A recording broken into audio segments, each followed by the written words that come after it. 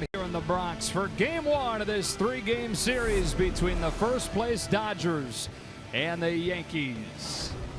And we say welcome inside with Oral and Nomar. I'm Joe Davis. Alana Rizzo with us tonight as well. So the Dodgers now see the Giants sweep the Diamondbacks over the weekend and suddenly nipping at the Dodgers' heels again. The lead is just 3, and with 20 games left, you got to be careful. Well, when you talk to the Dodgers, you hear it all the time. They say it's about winning series. Well, you just left Miami and you lost a series. Now you're coming into Yankee Stadium. It's going to be that playoff atmosphere. There's going to be energy. You're playing a team that is trying to get to the postseason, so they're going to be up. So now you really have to step it up a notch, and not just to get yourselves ready for the postseason, but it also going to prepare you for the last 6 games against the Giants. So no matter who you're playing, you have to win the series. You mentioned the Yankees. You're going to talk about the Yankees. Weird group, right? I mean, here's a team that sells off at the deadline. Normally that's throwing in the towel. But in their case, they've gone in the opposite direction and now 2 games out of the second wild card. The youth movement, the veterans are gone. The A-Rod saga is behind them. Mark Teixeira less playing time. Chapman's gone. Miller's gone. But you know what? Instead of being in the middle of the tabloid, kind of buried, they're fighting for the back page still. Only 2 games out of the wild card. A big series for them, too. Yeah, Dodgers and Yankees. Boy, it's hard to beat that in interleague play in the month of September. So much history for both these organizations. We'll talk plenty about the past, but plenty about the present as well as these 2 teams try to track down postseason spots. First pitch coming up.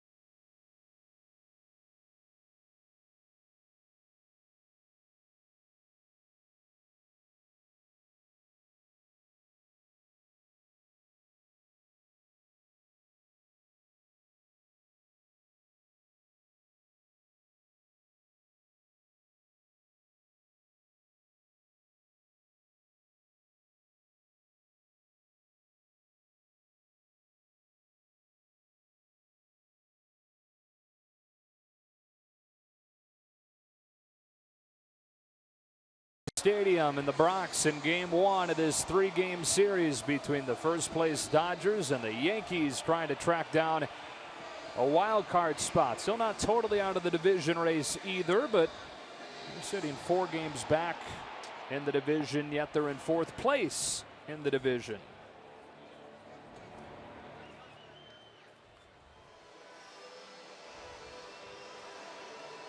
There's Corey Seager, Dave Roberts, and his starting lineup for this series opener. Chase Utley's at the top of it. Then it's Corey Seager, Justin Turner had the day off yesterday. Adrian Gonzalez gets a day off as far as the field goes. He does the DHing.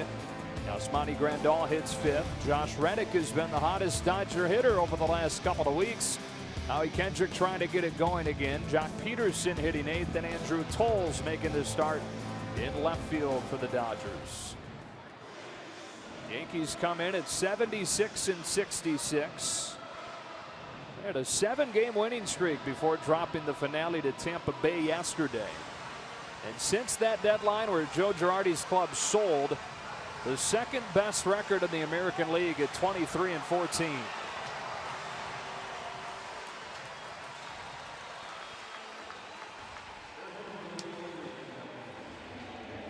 Not just sold off as far as lineup pieces in the bullpen, but they've dealt with injuries in the rotation. They dealt a rotation piece in Ivan Nova.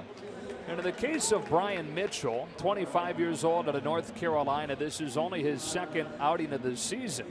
Broke a bone in his big toe during spring training one day after he found out that he had made the roster. He had to have surgery immediately after, 4 months of rehab. About a month of rehab starts, and then got his first career win in his season debut Wednesday. And he's a 6th-round pick back in 2009 for the Yankees, and they're really high on Brian Mitchell. And what he features a fastball that comes out that averages 94 miles an hour. So when he needs it back in the tank, it can reach up to 97 miles an hour. And that fastball has some movement. It has tail. When it's down to the zone, it has some good sink. He's got a cutter that averages about 93 miles an hour, but his big pitch is that 12 to 6 curveball that he really puts things away. If you look about when he pitched in 2015, he had the biggest, he was in the top 10 of swing and misses on that curveball in the American League. What you look at the youngster, he had the 1 outing against Toronto so far, 2 walks and 2 strikeouts.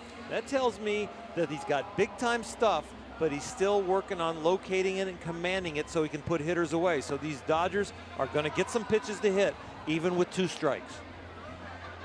Our closed captioning tonight is brought to you by Wiener Schnitzel. Chase Utley and the Dodgers 80-62. They've won 6 of 8 despite dropping 2 of 3 in Miami to begin this road trip. We told you about the Yankees record since the deadline. Different time frame. You go back to June 13th. And these Dodgers have the best record in the majors at 47-30.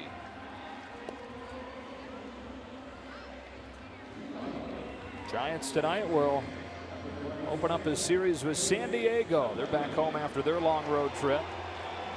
The Dodgers just trying to take care of their own business, starting tonight's action with a 3-game lead in the West, trying to track down a 4th consecutive division title.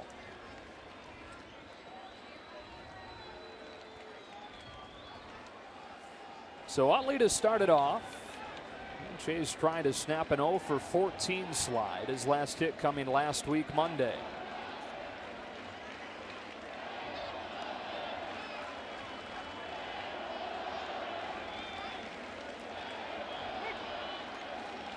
We're ready to go from Yankee Stadium. And Brian Mitchell's first pitch of the night is a strike called by Adrian Johnson. Plenty of Dodger fans in the house. Pantone 294, the traveling group. I heard there's something like 1,300 fans as part of that group in the building tonight. Utley smacks a base hit into left field, beating the shift to start the night.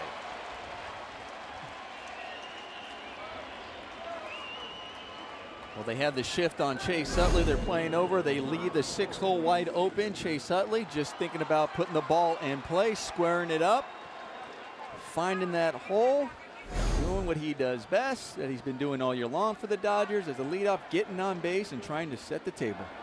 And he does so for Corey Seager, who's playing the team that he grew up cheering for.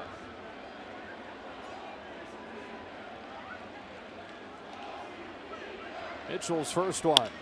And Seager shoots a base hit to left. Boy, it sounds like Dodger Stadium East in here tonight. Back-to-back singles to start the series. Corey Seager continues to expand his resume for Rookie of the Year. He has carried this team and been consistent all year long. And I was just thinking about, as you mentioned about the fans, even at batting practice. I mean, when the Dodgers came out, the crowd, there was a roar, there was a cheer as they came off the field. They were clapping. So the Dodger fans are here and are feeling the energy.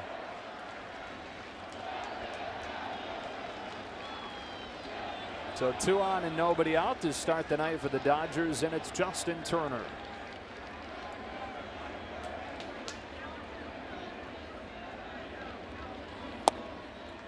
Had yesterday off after hitting a homer in Game 2 against Miami. Career highs with 26 home runs and 79 knocked in.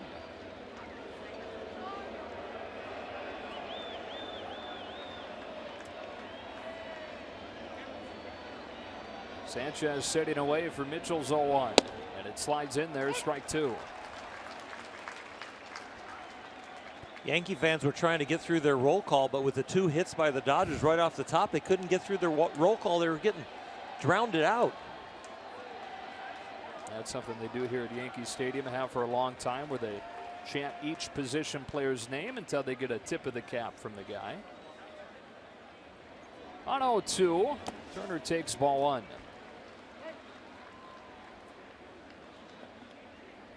It's Gary Sanchez back there. Battery made for Brian Mitchell tonight. Sanchez, one of those baby bombers here in the Bronx. It's been called up within the last 2 months and rejuvenated this organization. You may have nationally heard about Gary Sanchez and what he's done with a bat, but what he's most known for is his arm.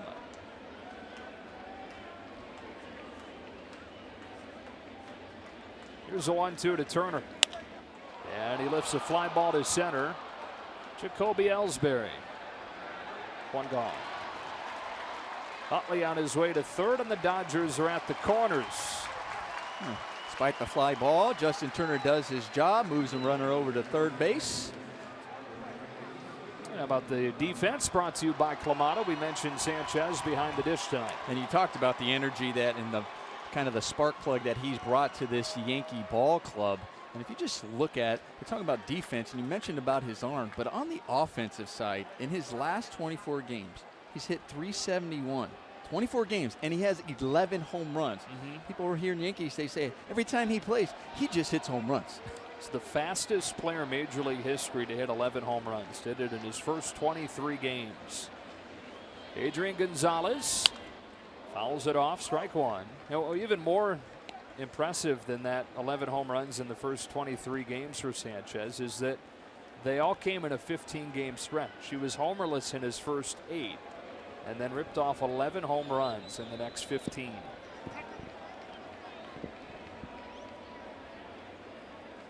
RBI chance for Gonzalez in the first inning. 1-1.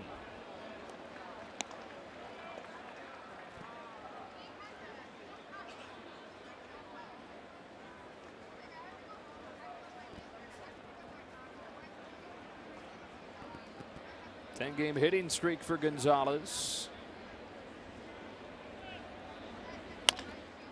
Bounce to second. Castro gets 1 on to first, not in time, and Gonzalez with a hustle gets a run knocked in. Utley scores and the Dodgers lead 1-0. That was huge for Adrian Gonzalez to get down that line. Kind of pulled off this ball a little bit, but it helped him get out of the box. That little extra half step coming out of the left-hand batter's box. He gets it over there, and then the bounce throw possibly slowed that down just enough. 2 things slowed it down. Over there at shortstop is also the way the shortstop fielded that ball that was thrown to him. One, it wasn't right at his chest, so he couldn't get both hands close to his body to get a good turn. He had to reach out, and then he threw the ball, and it was too late. That's Ronald Torreyes, who was a Dodger for a short period of time last year, starting for Didi Gregorius at short. Now Yasmani Grandal looks at strike 1. Here's what I'm talking about. Here's that turn at second base. Watch the shortstop, how he had to reach for that ball. So that takes a little bit of time. That gives you about a half a step that you need to beat that out. It's a little bit different if that ball was right at his chest and you have your hands close together so you can get a quick exchange.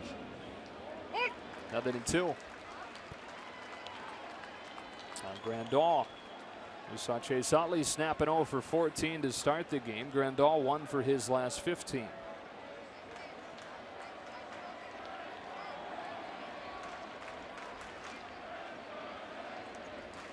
Mitchell home with an 0-2. And Grandal can't lay off one that spikes in there. And the strikeout finishes the first. But the Dodgers get back-to-back singles from Utley and Seager to start the inning and cash in on a Gonzalez fielder's choice. Here comes Jose De Leon.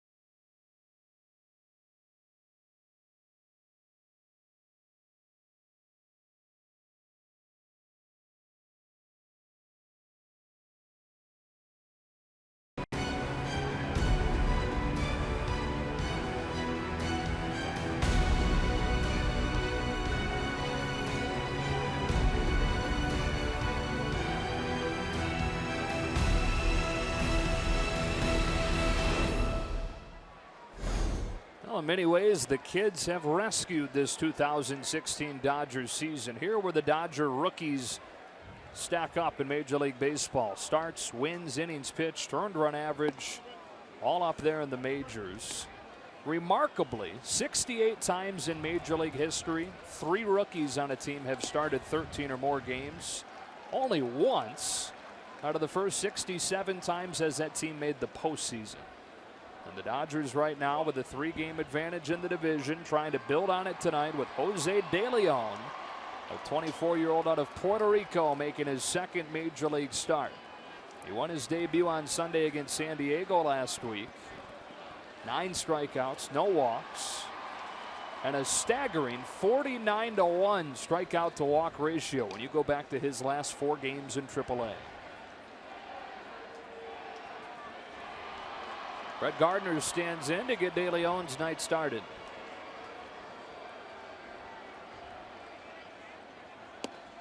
Strike one. And you talk Jose De Leon. Born in Puerto Rico, wasn't drafted in high school. Was drafted by the Dodgers in 2013 in the 24th round. Drafted out of Southern University. Gets into the hands of Gardner, who sends a soft pop fly to shallow center. Reddick takes charge, 1 gone. As the Yankees starting lineup after Gardner, it's Jacoby Ellsbury. So a couple of guys that you're used to in pinstripes at the top, but then you've got the rookie in Sanchez, you've got the first-year Yankee in Castro, then it's McCann and Headley, Austin, Judge, and Torreyes, all rookies as well in this Yankees order. Boy, this guy is really tough. Jock Peterson really should have had that ball, but he couldn't find it. Josh Reddick came over and rescued him.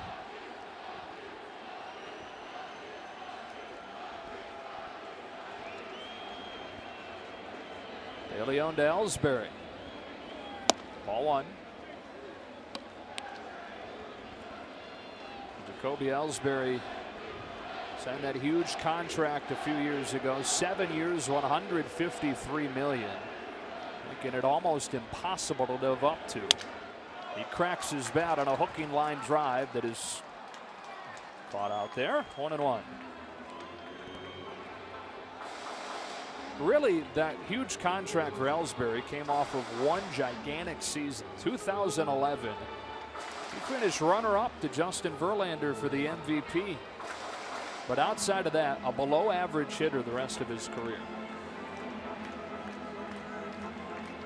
You do like the consistency from year in and year out if you're a general manager or an owner and you're going to invest in a player.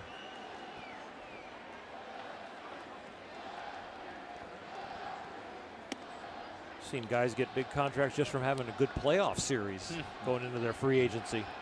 Sometimes it works out, like Daniel Murphy in Washington. Carlos Beltran had a huge one with the Mets, and all of a sudden, big contract. Another little pop up into that oddly colored sky. Chase Utley's got it. And 2 quick outs in this first inning as we look at the Dodger defense, brought to you by Clamato, with Howie Kendrick making his 6th start of the season at first, and remarkably the 4th different spot he started in the last 4 days. And that's why we're highlighting him today. We talk about the versatility of this ball club. Howie Kendrick has been the poster child for the Dodgers of versatility, going over there at first base. And never complains, just says, put me in, coach, I'm ready to play. Here's Sanchez. It's a good song. Ball 1. That's why I said it. Yeah. So this is a guy we were talking about at the top of this inning. Sparked this Yankees lineup, this organization, in a big way since his call-up. It's only 23 years old. And in his first month in the majors, the American League Player of the Month. At 389 in August. Homered 11 times. Waits on a 2-0. And it's 2-1. Very rarely do you come to the big leagues and then lead the big leagues in slugging percentage right now. Everybody, anybody who has 140 plate appearances or more, he leads the big leagues. 713 slug. He waits on this 2-1, and it's 3 balls and a strike.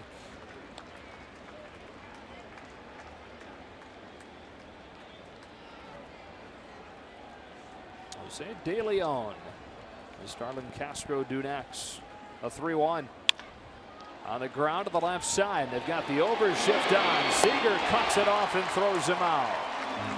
Yankees go 1-2-3 against De Leon. The Dodgers have a 1-0 lead after 1 with the sun setting in New York City.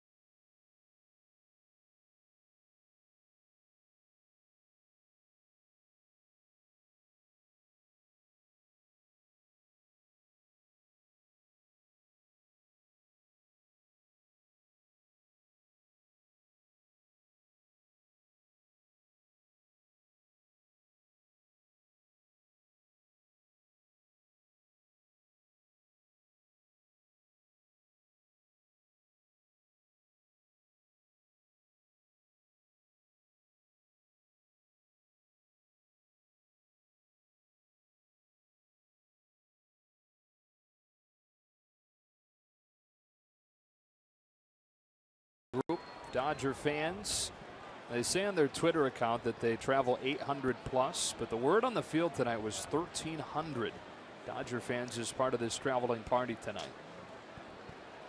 Either way, they're making a ton of noise. Made that first inning sound like not just a Dodger home game, but a really important Dodger home game. They were into every pitch. Josh Reddick leads off the second against Brian Mitchell and takes the ball. Dodgers won the first inning 1-0. Dodger fans won the first inning also. Noise over noise. Reddick hits it sharply, but right at Castro. 1 out. And I think that's great. It says a lot about the Dodger fans, a lot about them coming out here, understanding, we were talking about before the game, how big this game is. It's important for the Dodgers to win this series, keep the lead above the Giants. And I hope they also realize that we as players, you feed off of that. You feel that. You're out there, you recognize it. You're like, okay, you're coming into a place like Yankee Stadium. You know the energy is going to be there. And then you recognize that your fans are louder than theirs. You're like, wow, okay, it picks you up. Ball on Howie Kendrick. I can't imagine too many times in your Red Sox days did your Red Sox fans outnumber Yankees fans in here. You know, it was when you did something well. You actually, because the Yankee fans were quiet at times. When you did something well, you're like, oh, if I can make it silent out there. And then you heard the Red Sox fans are like, okay, they're here. Yeah. Well, they'd show it. And you know what? That happened also at Fenway. Kendrick bangs a base hit to right. 1 out single for Howie Kendrick in a 1-0 game. First hit of the road trip for Howie. And it brings up Jock Peterson.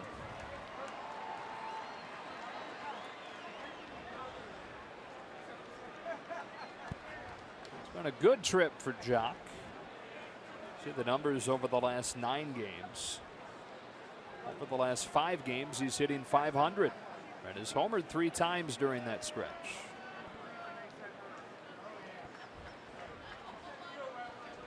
Kendrick at first with 1 gone. Jock Peterson taking strike 1. I really like the way Jock has slowed the game down now. You can just tell in his mind that there's a lot more conscious thought about purpose and not nerves and anxiety. And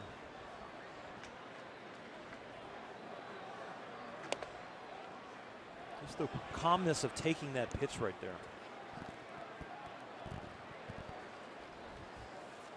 Completely different look in his eye than a year ago. In the second half where he really struggled, boy, he was searching. The growth has been immense.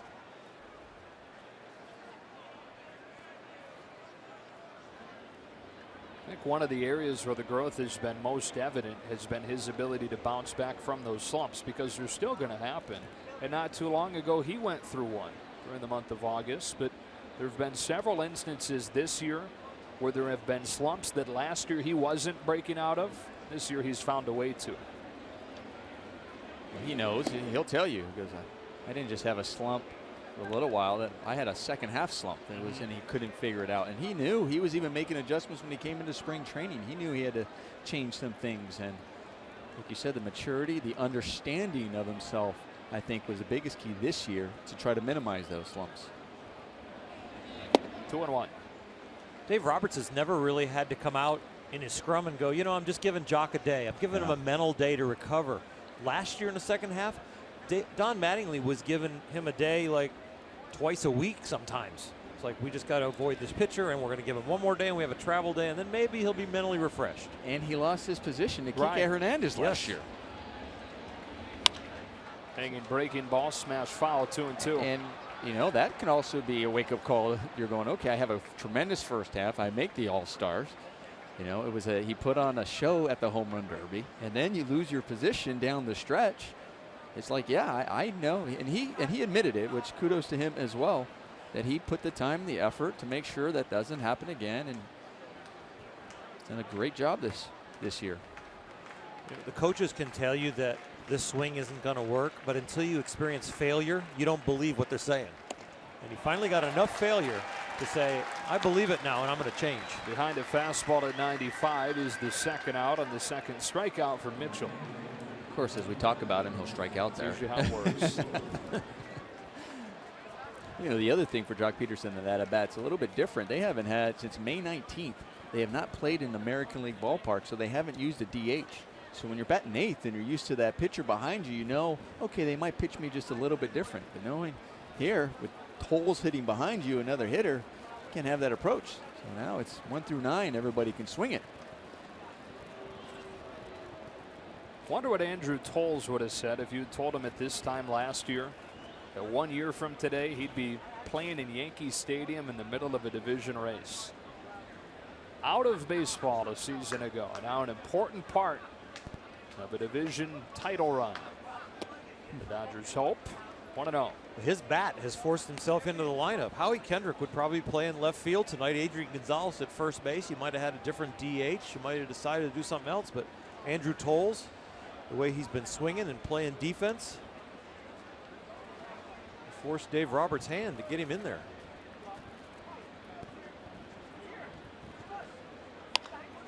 That's a base hit past Headley at third.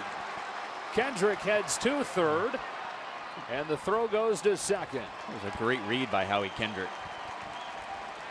The ball hit to left field. There's 2 outs. You know you're going to the base hit, but hitting the scoring position at second base. But he reads this well, recognizing how far Gardner has to go to get to this ball. And he takes that extra base knowing that he can get to third base easily. And that puts pressure on the pitcher too. Now he's going, okay, I can't spike, because let's not forget, you got Brian Mitchell, who has a really good 12-6 breaking ball that makes them think twice before in certain situations. Am I scared to spike that ball in the dirt for a possible wild pitch? So a 2-out chance for Chase Utley, who singled against the shift to start the game and scored the Dodgers run.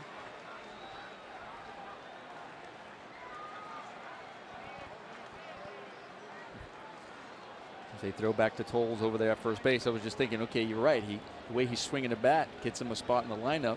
But it's unique about the American League. You can see your 9th hitter who's batting .352 coming into the game, and that's.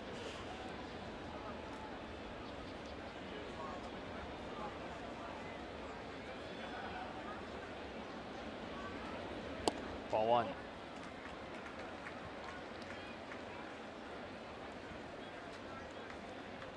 Brian Mitchell out of North Carolina signed with the Yankees instead of going to the University of North Carolina to pitch. Took it right until the final day, right to the deadline to sign. His 1-0 pitch is low, and it's 2-0. In fact, he had his bags packed and ready to go to UNC when the Yankees finally gave him the offer that he was looking for. That was in 2009. He made his major league debut in 2014 with a handful of games, and then was miserable last year with an ERA above 6. His 2-0 to Chase Utley. Catches a corner, and it's 2-1. Had a great spring training, Mitchell did, and was set to make the team. In fact, they told him he had made the team.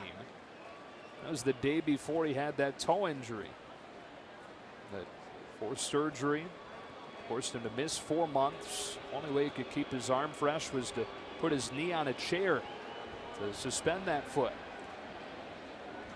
The 2-1. Utley drives a ball to deep right center field. Judge goes back on it. Ellsbury's back as well, and Judge misplays it off the wall. 2 runs will score. Utley's the third. 3-0 Dodgers.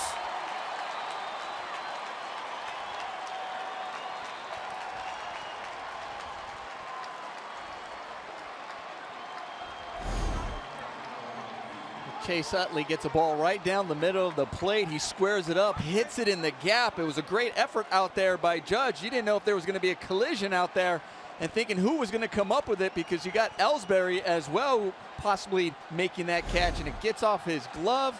We'll see how they roll that. They're going to roll that an air or a triple for Chase Utley. Either way, you have Tolles at first base, and with that speed, he scores easily. How do you guys rule that? I think as far as he went, I'm giving him a triple. What do you think? You're giving him an air because you're a pitcher, because he's like, that should be made. Protect that ERA. That ball should have been caught. From a hitter, I'm going, oh, he went a long way. That's 2 RBIs. I understand the anxiety of having another player in your peripheral vision and they're close, but those guys understand who's going behind, who's going in front, and that ball hit his glove in stride. He didn't have to make any extra effort. Orioles wins E9. So 3-0 Dodgers in front. That's where your batting coach comes and argue, yeah. after the game. You don't say anything. They know. They're like, okay, after the game, we'll see. Maybe we'll. It's a strike on Seager.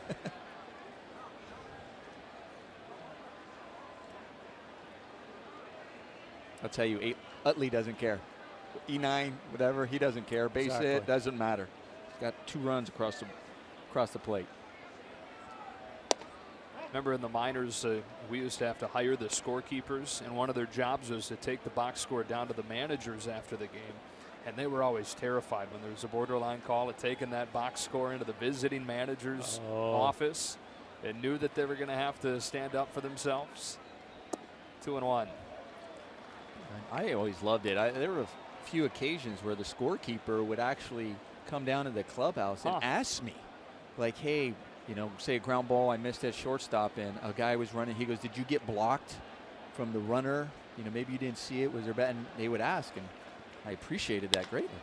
Bouncing ball, base hit into right. Seager knocks in Utley with an RBI single, and the Dodgers lead 4-0. Chase Utley broke a 14 at bat hit streak where he was slumping. Corey Seager bangs out 2 hits in a row in his first 2 at bats. Picks up this RBI. The Dodgers in New York City right now, it is really feeling good to be here. Little different energy than they had down in Miami. Thought we were going to get our first Broadway pun there. You know, big stage, bright lights. Not yet. Okay. Yeah, pace ourselves. Justin Turner. Strike 1.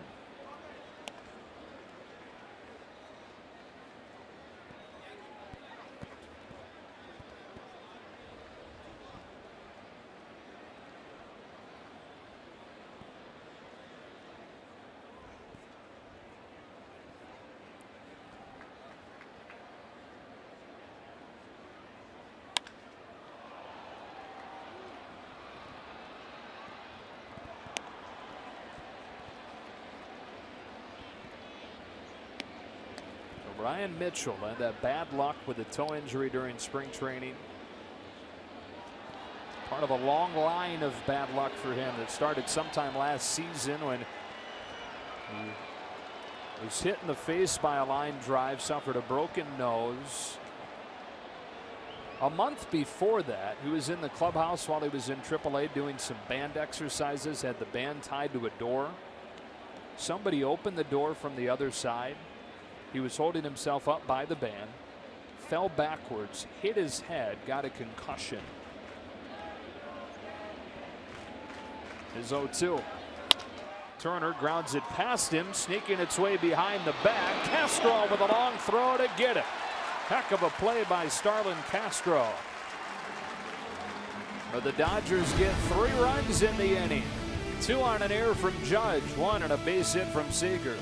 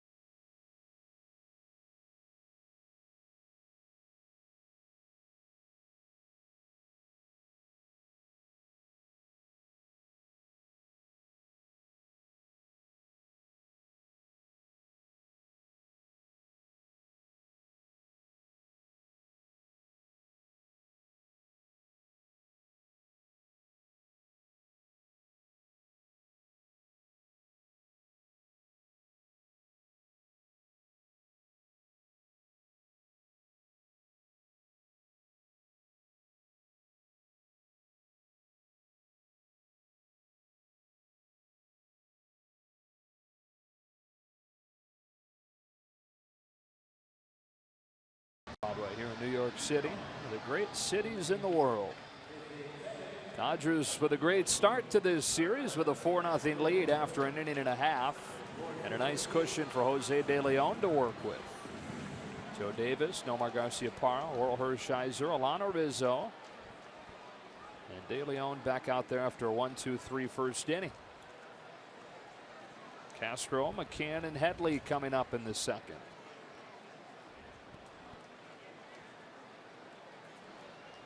The former Cub, Starlin Castro, taking ball one. Came over this offseason. The numbers not spectacular, although those 20 home runs are a career best mark.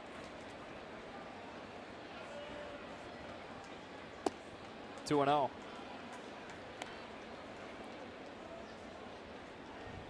He's one of the veterans of this roster, and he's only 26. He broke into the big leagues at an early age. He's been around for a while now. 2-1.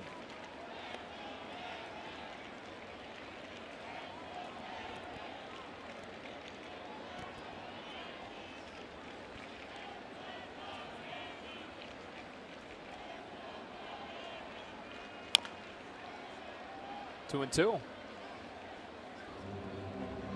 Starlin was not the best of shortstops. Tremendous potential, tremendous ability over there, very flashy, but could not really be consistent. And second base might be a lot better for him defensively and also for his bat, not having that anxiety of having an error in the last inning. Because what I always thought at the plate too, he just looked like he was always trying to make up for things from defense or try too hard. I think it might help him on both sides of the game. Finding a little bit more relaxation and ability at second base. It was Addison Russell's arrival in Chicago that forced him to move to second. And to your point, once he did move to second base early August last year, he hit .353 the rest of the way. I mean, Nomar, you can make a point to it because it is different, isn't it, when you feel comfortable where you're playing? It totally makes an impact for sure. You know, sometimes when you at short, just as far as their approach, you're already getting yourself in a position to throw that ball, because, and if everything's not perfect, if you're off just a little bit, usually the runner beats it out at first. A lot of the other positions, second base you have more time, third base you have more time, because it's usually that rocket and it's just rocket and it's a reaction. Towering drive to left. That ball is absolutely crushed into the second deck. 21st of the season for Castro. The Yankees on the board against De Leon.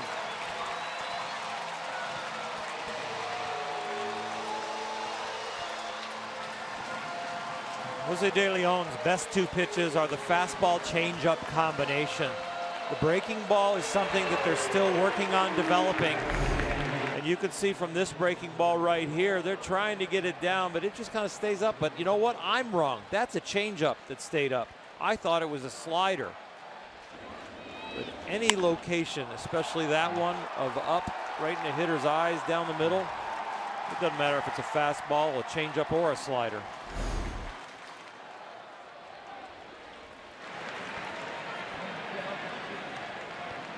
And so a 4-1 game, and Brian McCann takes ball one.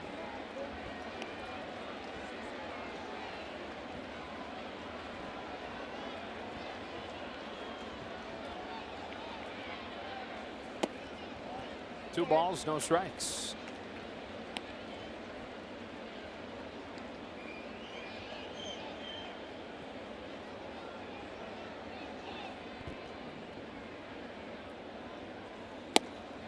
Little bit in, 3 balls and no strikes. Jose De Leon really didn't get going this season until early June because of a couple of different injuries. Missed April with an ankle injury, made his debut in the minors on May 3rd, but then immediately was sent back down to Arizona because of some shoulder inflammation. It didn't stick in the rotation until early June. McCann gets under it. It's 3-2. And forced the Dodgers' hand more or less with his performance in AAA. His last 4 starts there, he had a 126 earned run average and a 40-to-1 strikeout to walk ratio. Minor league development people down there have done an outstanding job with Jose, and the organization showed a lot of patience as he was making strides. Rick Honeycutt really ends up being like the pitching coordinator when someone gets on the radar of the big league team.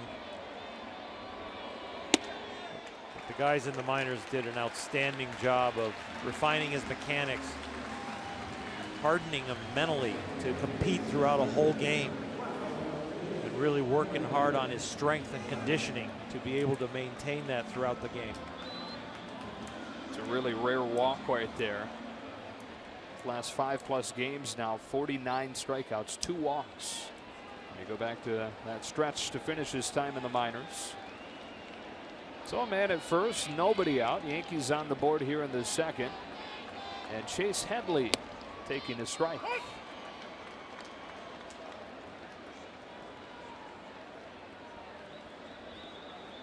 Former San Diego Padre.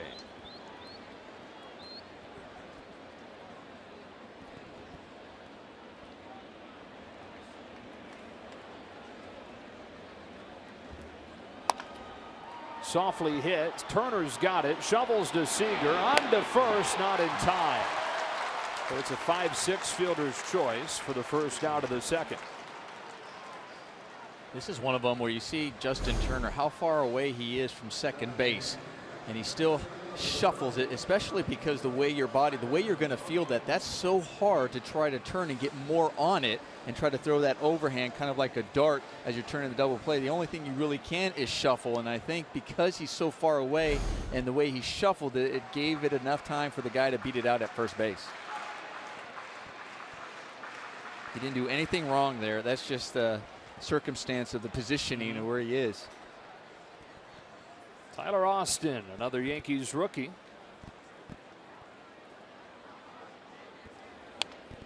Fouls off the first one, strike one. Austin just turned 25.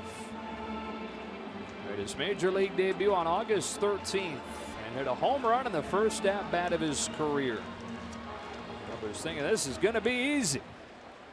It's another month though before he hit his second home run. It came on his birthday, picked a good time for it. And then his third career home run last Thursday was a walk-off. Nothing in 2.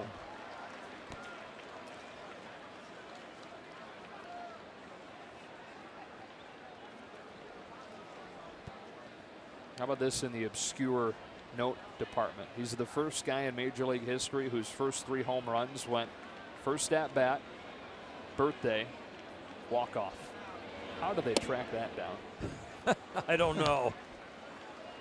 Who cares? Well, geez, now I feel bad for sharing it. No, I mean, outstanding job, Joe. Oh, thanks, Earl. The fact that you can Hopefully find someone that. does, yeah.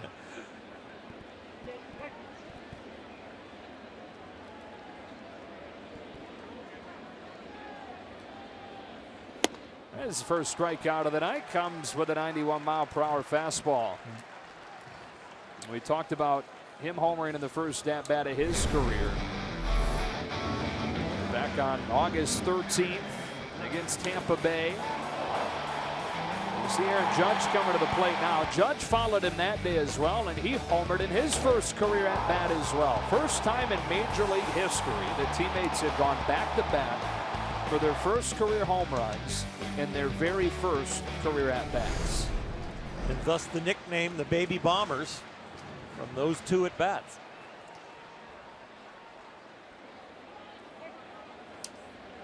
Judge has struggled since. Hot start, really the first few games. He homered in each of his first 2. But a strikeout machine since then, striking out in half of his at-bats.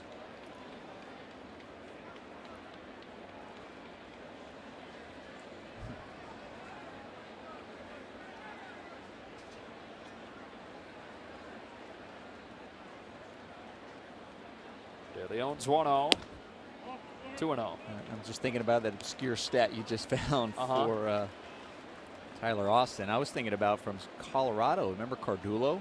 Yeah. Where he, you know, the first hit is a base hit. He puts that on his mantle. His next hit is his first home runs. He puts that on the mantle. And his next hit is a grand slam. Then he gets to put that on his mantle. I like yours better, Nomar. You like that one? Those three?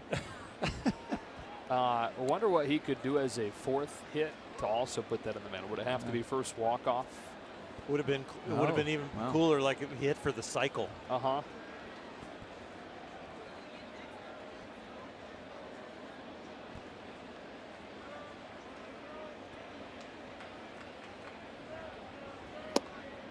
Strike one. Maybe the fourth one I can think of is maybe he's facing a pitcher that he idolized or thought, wow, I'm going to face, you know, potential Hall of Fame pitcher and got a base hit and I really want that ball. Get him to sign it. Oh, yeah, that'd go really well.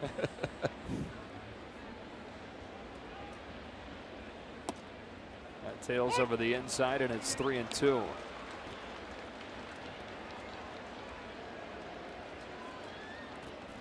He did only 11 pitches to work a 1-2-3 first. This would be the 26th pitch of the second.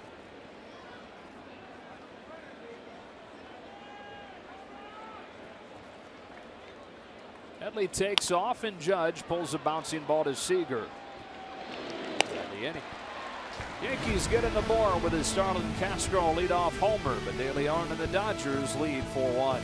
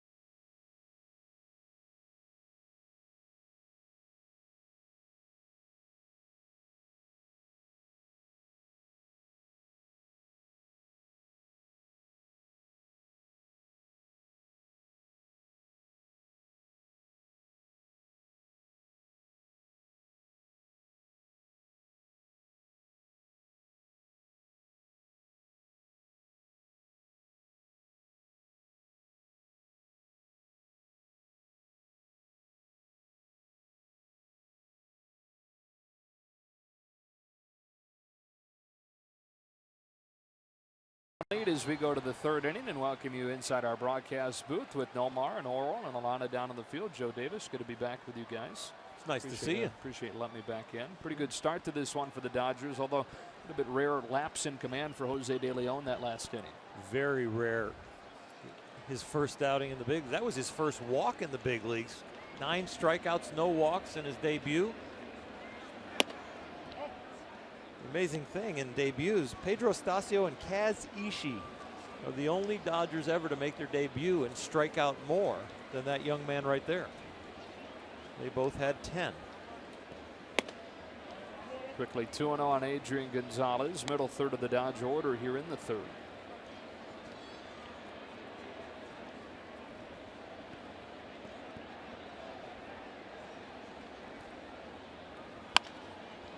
On the left field line, long run for Brett Gardner, and it's right up into Cantone 294 traveling party. 2-1. And they appreciate it. That's Adrian Gonzalez taking care of the fans. He knows. Yeah. He's such a good hitter. He knows he can place even a foul ball where he wants it.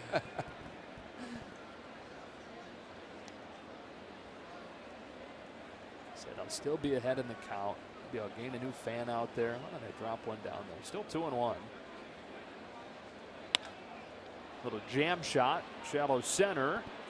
And out to make the play is Headley. Well, if you know a standout high school senior athlete, nominate them for a chance to be named the Time Warner Cable Sports Championship Drive Scholar Athlete and receive a $2,500 college scholarship. Go to twcschamp.com now for more information. One away for Yasmani Grandal. His strikeout in the first inning makes him 1 for his last 16.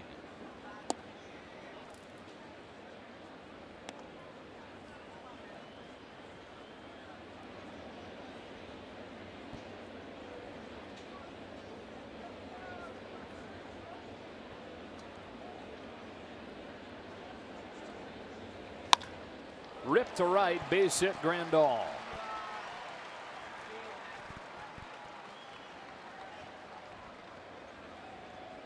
There were a lot of left-handed Dodger hitters feasting their eyes on the short porch in right field here at Yankee Stadium. Yasmani was one that was just peppering the ball over that right field wall here.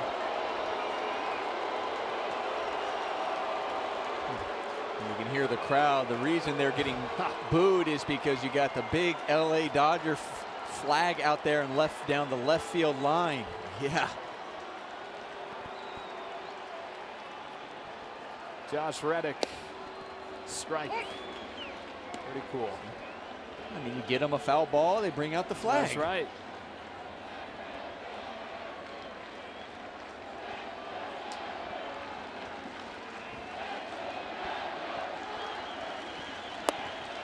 What if you hook a home run down around the pole there? Oh, you know what? I don't even think they have to hook it home run down there. Just hit a home run, period. Yeah.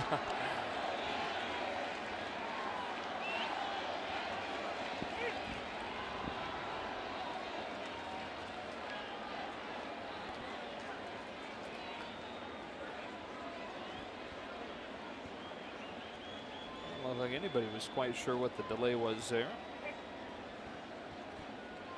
Everybody's ready to go for this 1-1 offering. And Reddick takes it low, 2-1. You go back to the second game of the doubleheader in Colorado, that incredible comeback from down 8-2 when Josh Reddick had his first RBI as a Dodger. And he's hitting above 460 since the beginning of that game. He waits on a 2-1 and attacks it for a base hit down the right field line that bounces by Judge to the wall. Grandal's held at third on a double from Josh Reddick, who continues to hit for the Dodgers.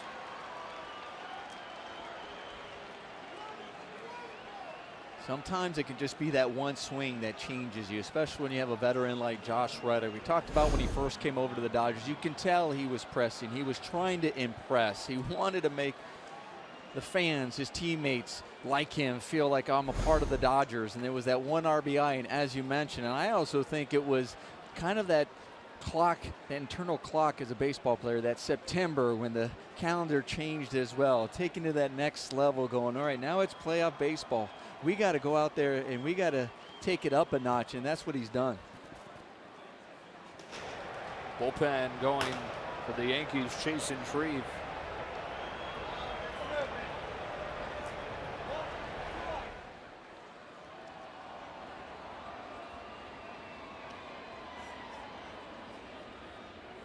It's just one of those things, like so many of these Dodger hitters this year that have been here for the full season, but so many that got off to slow starts, and the comforting thing was that they had always hit better than they were hitting early. It was the same thing with Josh Reddick. You just knew that he was going to find a way to start hitting. Now Kendrick dribbles one up the third base line and no play. They throw back to third, and there safely goes Reddick, and it's 5-1 on an infield single from Howie Kendrick.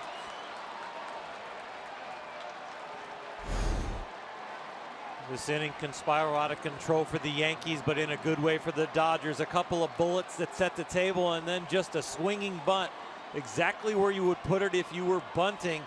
Perfectly executed, but in a very unconventional way. I'll tell you, it was also a good read by Yasmani Grandal. When you're at third base, you know, Yasmani, isn't super fast, but when a guy takes a big swing, it's a little bit different when you see a guy square around a bunt. You're looking for that angle where the ball is going to get that good jump. But when you're not anticipating that bunt, and all of a sudden you see a full swing, and now you have to read the ball, he got a good jump to score easily. And Brian Mitchell, who threw 5 shutout innings against the mighty Blue Jays lineup in his season debut on Wednesday, doesn't make it out of the third against the Dodgers tonight.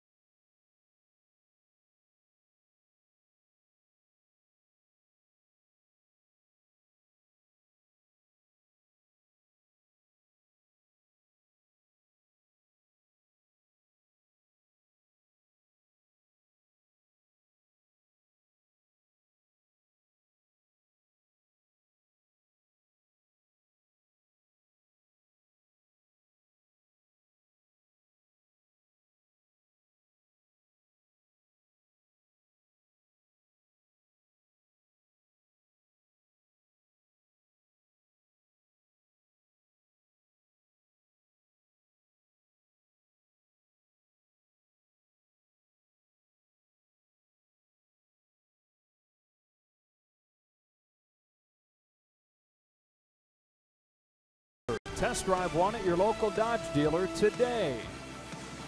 And by Jack in the Box. Taste the all-new Jack's Brewhouse Bacon Burger today at Jack in the Box. Limited time only at participating restaurants. Who are those guys? I don't know. Some of the best shortstops of their time. Wow, there was a lot less gray in that beard. Omar and Jeter. And Chasen Shreve into the game. 35th appearance for him. The number's not pretty. And Jock Peterson looks at ball one. So the Dodgers chase Brian Mitchell after 2 1/3. They get 8 hits against him. He allows 5 runs, although only 2 of them earned. 3 unearned runs in the second. 1-1.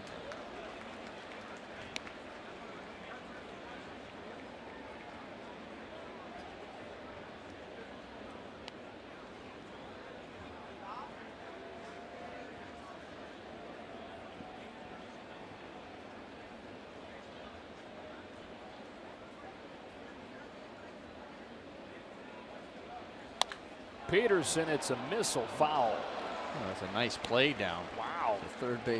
The first base line by the ball boy.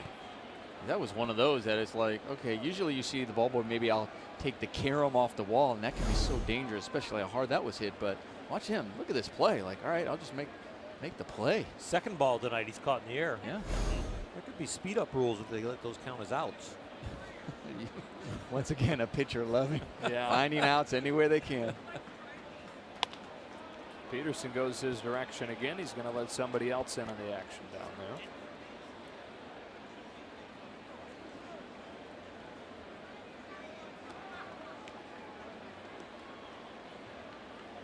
there. Chasen Shreve. 6'4", 195, a string bean out of Las Vegas, Nevada. Bonanza High School. He delivers 1-2 to Peterson after a toss to first. Shreve is 26, made his major league debut with the team that drafted him. That's the Braves. In the 2014 season. He was traded to the Yankees prior to last year.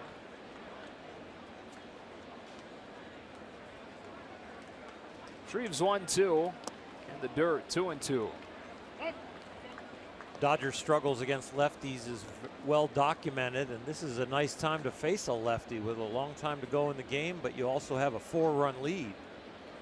Get some reps off of a left-hander.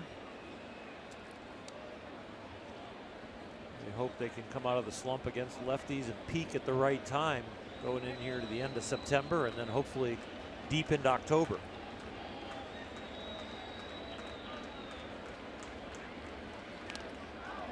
Got a piece to stay alive. It'd be nice for the Dodgers to just keep pounding and putting some more runs up on the board, because you know this isn't quite like a game over there in Colorado where you're going, okay, a lead is never safe because we know how the game is played there. It's a different game, or Arizona as well. But it's also the American League. The American League without that pitcher hitting at the bottom of the lineup with that DH also changes the game, where you're going, okay, I got to keep going and putting some runs up because the game can change quickly. Shreve deals another 2-2, and Peterson strikes out swinging. The second strikeout of the night, 2 gone in the third. Nomar, you are so right about the difference between the American League game and the National League game.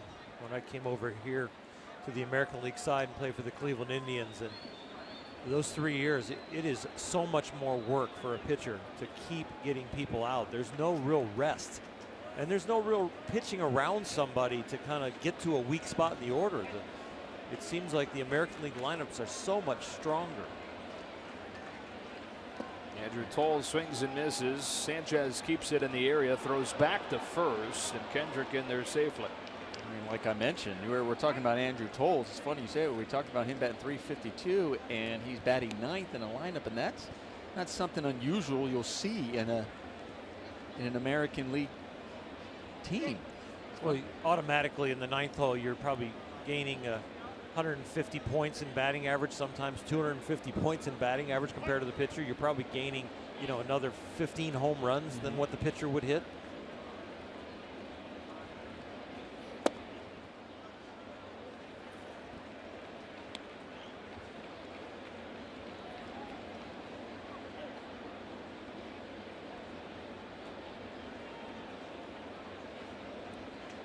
I can tell you in the National League game, when the 7th hitter come up, it wasn't just the 8th hitter that I pitched differently with the pitcher behind him. The 7th hitter I pitched differently, or the 6th hitter, just depending on where we were, how many outs, what was the score, where am I going to find my out. Runner takes off, and the throw goes into center field. Well, he shows off his arm, but it winds up in the glove of Ellsbury in center. That makes it 6-1 Dodgers. Reddick in to score. Kendrick all the way to third.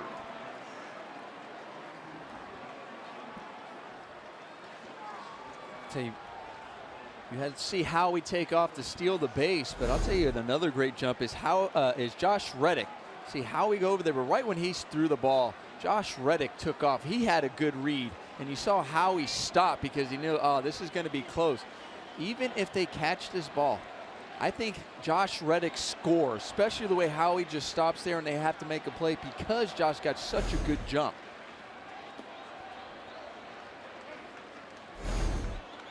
Here's what I'm watching Josh over there. He got out, he took off. Howie heads up play. This was designed to possibly steal a run. And steal a run it does. 6-1 Dodgers. Scored in all 3 innings tonight. 1 in the first, 3 in the second, 2 in the third. And Tolles looks at strike 3 to finish the inning. They get a run and a Kendrick single, and they get a run in the aggressive base running of Kendrick and Reddick.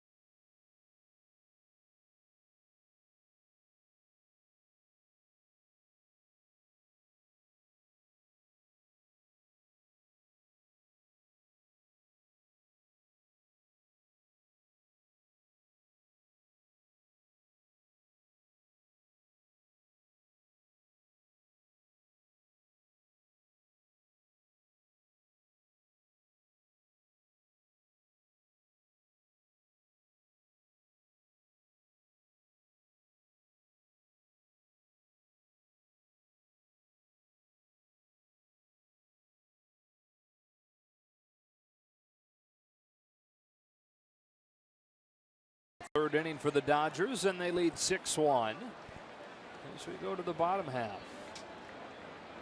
Ronald Torreyes, 9-1-2 for the Yankees against Jose De Leon, and there's ball one. Torreyes, for a short period of time, was a Dodger. Made his major league debut with the Dodgers last year, and then was flipped here to New York for Rob Seguin. Turned out pretty well for both guys. 1-1.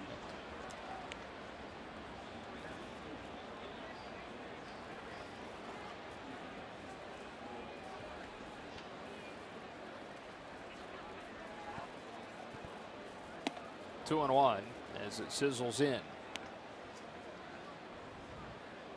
Got to be very comfortable for Jose De Leon to be out there, now used to the Yankee Stadium atmosphere. 6-1 lead. Pitched well in his debut. Now here in his second game. High drive to left center. Peterson on the run, still going, and he makes the play. Great job by Jock Peterson to run it down for the first out of the inning.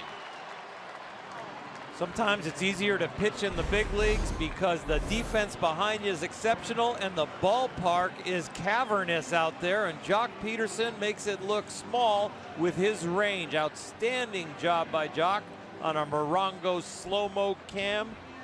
And Morongo is a casino and a resort and a spa. What was so funny about that? Game 122. And he gave me the breakdown of everything it has. Oh my gosh. Second trip through. Here's Brett Gardner. It's nice to have you back, Joe. Does it have a golf course too? Does it have? I mean, let's break it all down. I have not gotten a free weekend there, so I cannot tell you. Well played. Nice. Working on it. There's Brett Gardner, who's a Yankee and a baseball player and a left fielder. 2-0. I have been informed there's no golf course there, Okay. but there will be one close by. I am sure.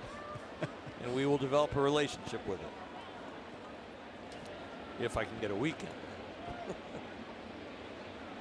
Comes at 2-0. 3 balls, no strikes on Brett Gardner. He'll fly to right his first time.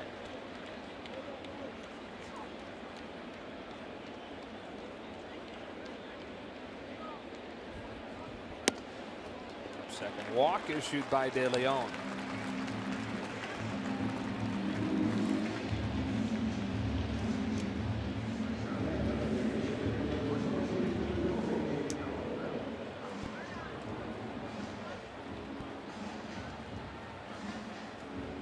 The last inning for De Leon, you had the Dodgers put up a 3 spot. They go up 4-0, and you're thinking about kind of those, we always talk about those shutdown innings for pitchers that want to come in and start attacking the strike zone. And yeah, he gave up a home run, but he was able to finagle his way out of that last inning. Well, here they put up 2 more for you, and you don't want to give any free passes.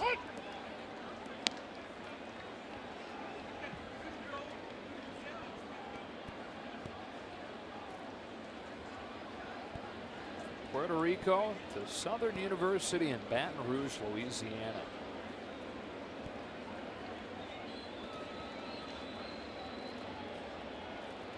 Comes in 0-1, and Ellsbury takes a strike.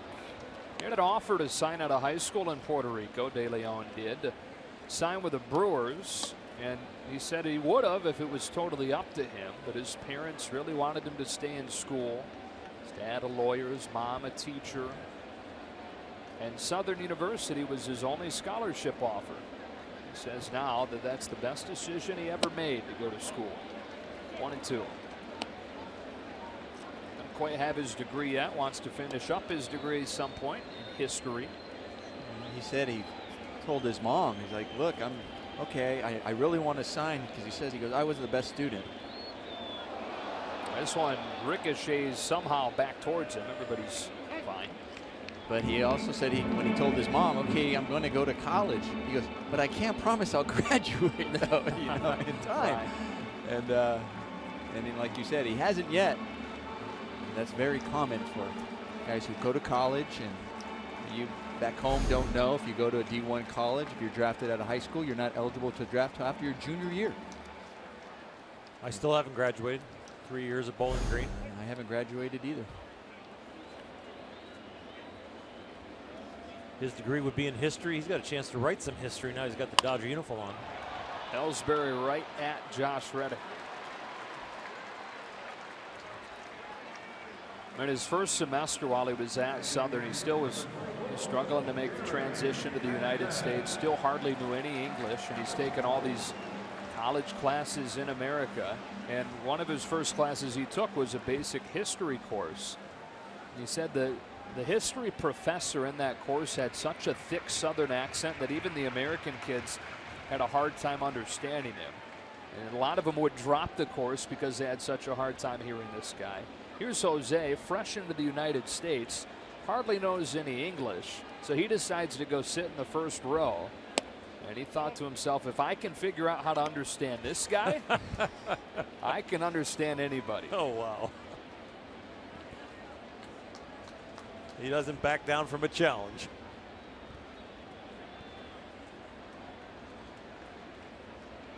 It's 1-0 to Gary Sanchez. 1-1. There's that change.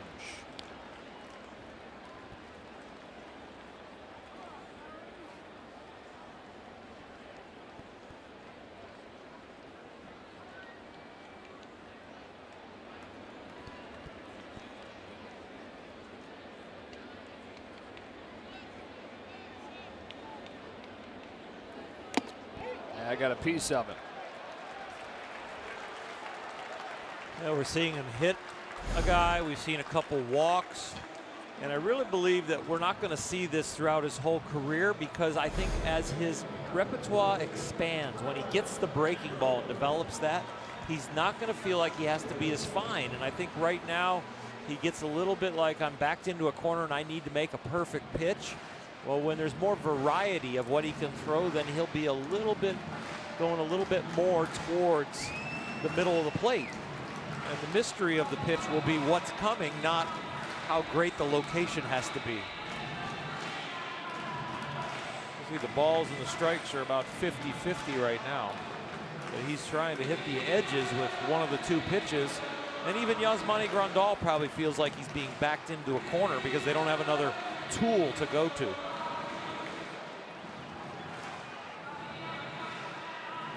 How about making your major league debut at Dodger Stadium and making your first major league road start at Yankee Stadium?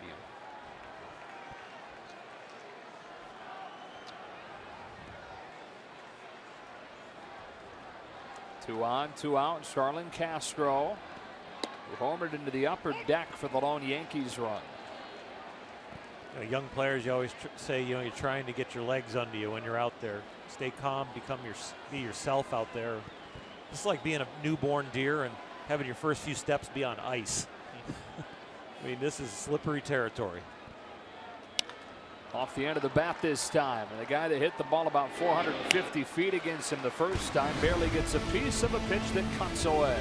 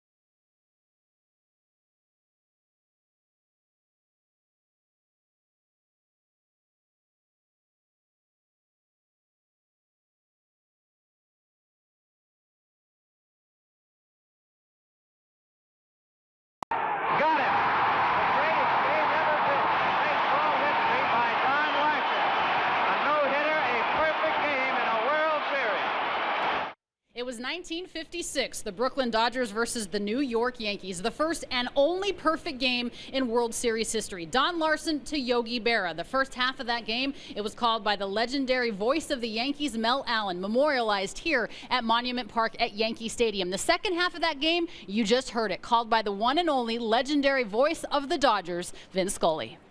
Awesome stuff, Alana. Out there and on the center field wall at Yankee Stadium. 1956, top of the order for the Dodgers. Richard Blyer pours in a strike to Chase Utley. You know what a lot of people don't know about Don Larson is that he was the Yankees' fourth starter for much of that 1956 season.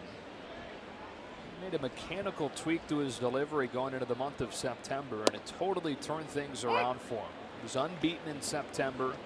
Had an ERA below 1 that month. Then he pitched in Game 2 of the World Series. 4 runs, 4 walks, an inning and 2/3.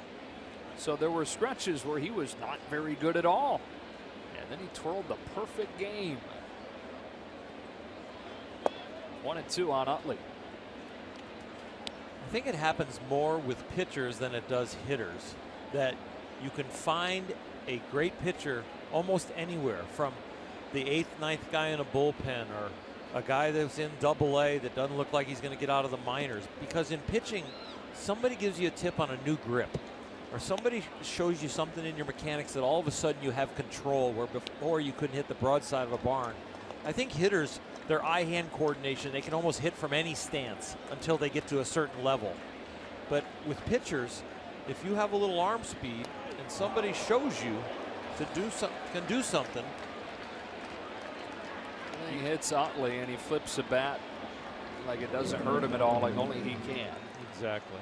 And he's able to start this fourth inning. We heard that ball hit him all the way up here. It sounded like almost like he had one of those pads on, and he doesn't. But of course, like cold hard facts, these teams have faced off in the World Series more than any other two teams. 11 times, so the Yankees winning 8 of those 11 meetings. Dodgers winning their first World Series in 1955 after the Yankees had beaten them 5 times in a row in a 13-year span from 1941 to 1953. There's Corey Seager taking ball 1. First met in 1903 when the Yankees organization moved in from Baltimore. Back then they were the New York Highlanders. 1-1 on Seager. The park set up on a hill, so that's they got the name. Moved off the hill, became the Yankees. Dodgers at that point with the Superbas, Brooklyn Superbas.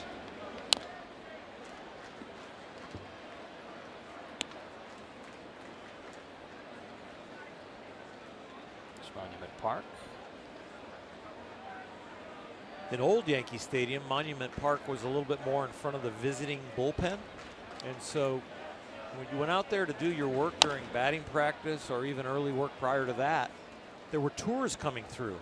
So you always had a slight distraction even of fans that you normally wouldn't deal with. But here now the bullpens and Monument Park are kind of separated, and you don't have the traffic that comes in front of the bullpen there on the visiting side on the left and the home side on the right. Monument Park has its own dedicated area. They get Seager for the first time tonight.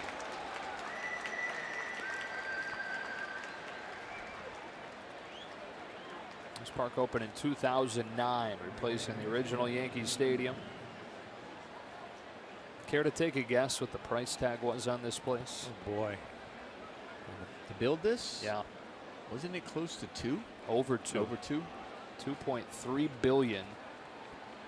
Most expensive stadium ever built at that point. Sitting a block north of the original Yankee Stadium. Strike 1 on Justin Turner. And Nomar and I have talked about the stadium since coming back here, about the comparisons between the old and the new. This doesn't seem quite as angry as an environment. No more corporate. A little bit. Turner smashes one foul. A little more closer to the field. at the old As one? far, no. Here. As far as corporate, what you're talking about, the corporate field, closer to the field, Gotcha. that's what it feels The corporate like. seats are on right, the field. Yeah. Exactly. I mean, A guy yelling at you about your mother from the third deck here is not as powerful as the guy yelling at you from about your mother and some other things right next to you. right. As you're on deck. Yeah. Guy yelling at you from down there is, hey, we have the same financial advisor. And he's having a very nice glass of white wine. You know, it's unfortunate because you would see empty seats. Utley got a great read, took off, and takes second as it gets by Sanchez.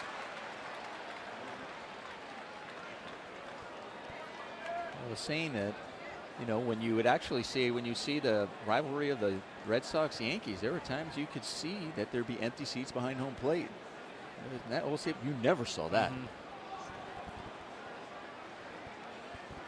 You know, the thing that got me when I first saw this new Yankee Stadium was the shape. It's like a bowl where the stands kind of ease their way and then go, you know, terrace up. Yep. Where an old Yankee Stadium, each deck seemed like it was more on top of you.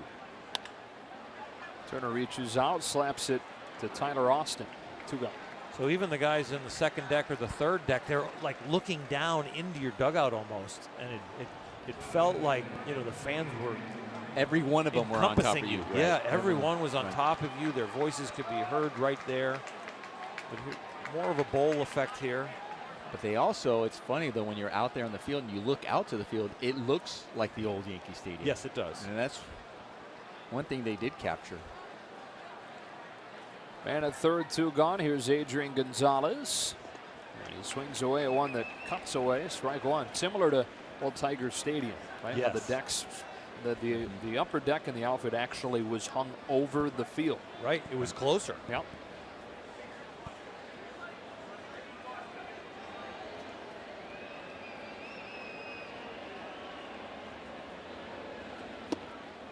Same pitch, same result, 0-2. The press box there at Tiger Stadium. I was never in it, but have seen pictures of it. And where you sat to call the game was basically like suspended right over home plate. You had to watch out for foul balls coming back there in a Did you hurry. do any Oh games in yeah, there? oh yeah, and it was right Yeah. there. You felt like you were at the top of the backstop, Right. right behind the hitter. The great Ernie Harwell sat there for so many great years. And I was a 10-year-old boy living in Southfield, Michigan when the Tigers won it all in 1968. Those great Tiger team. Mickey Lolich won 3 games in the World Series. It's a couple decades after Ernie Harwell left the Dodgers and was replaced by Vin Scully.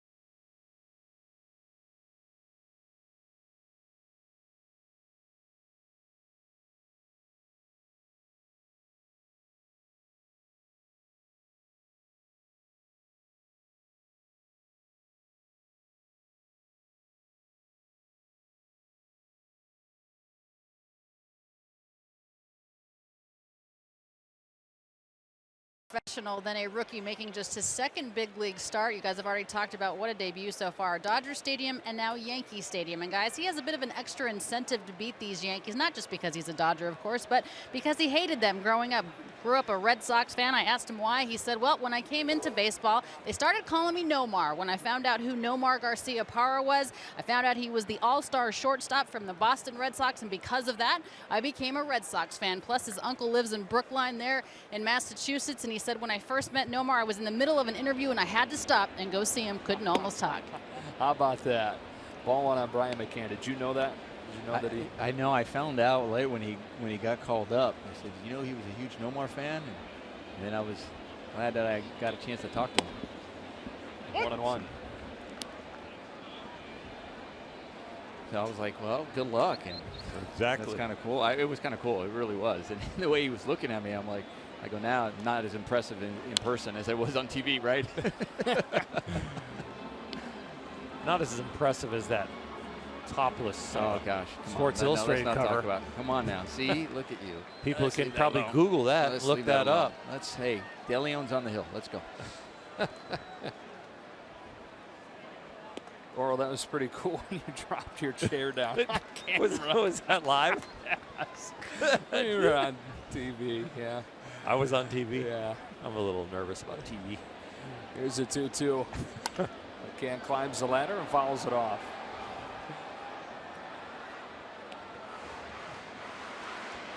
Walked his first time, one of the two issued by De Leon tonight.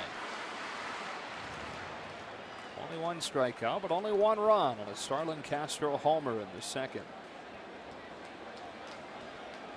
De Leon's 2-2. And McCann pulls it sharply, and there's Kendrick at first, making only his sixth start of the season there. One away. You know, you're talking about the obscure stats a couple innings ago. I wonder how many guys have played 4 different positions this year in 4 consecutive days. Yeah. What Howie is doing and how consistent he's been at the plate with his attitude and how well he's played everywhere they've put him. Chase Headley. Ball one. Dave Roberts was saying before the game today that he sees this as an opportunity, especially with the DH during this series, to get guys like Gonzalez a day off and get guys like Kendrick some opportunities at positions they don't normally play as you start to look ahead to emergency situations in the postseason. Turner in the shift throws Headley out. 2 gone. He said he plans on Yasiel Puig starting in left field again tomorrow. Get them more and more comfortable in spots that they're not typically used to. Well, when the roster goes back down to 25 for the postseason, let's say you are going to need more nimble parts. You're not going to have all the choices that Dave Roberts has right now. Tyler Austin, strike one.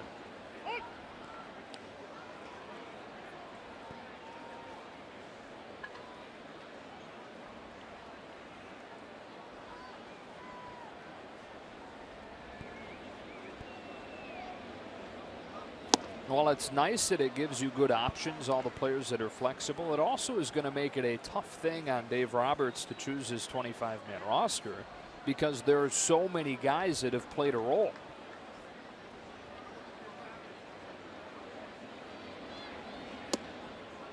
The roster is going to feel really short because when they have a need throughout the year, they toggle somebody to the DL and somebody else comes up and fills in, or they toggle somebody down to the minors and somebody comes in and fills that gap for that series or for that situation.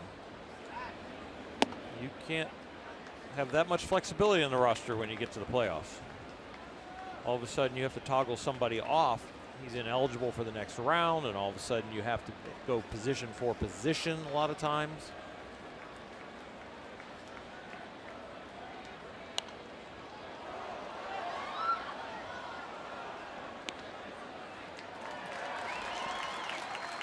Reset the roster at the start of each round in the postseason.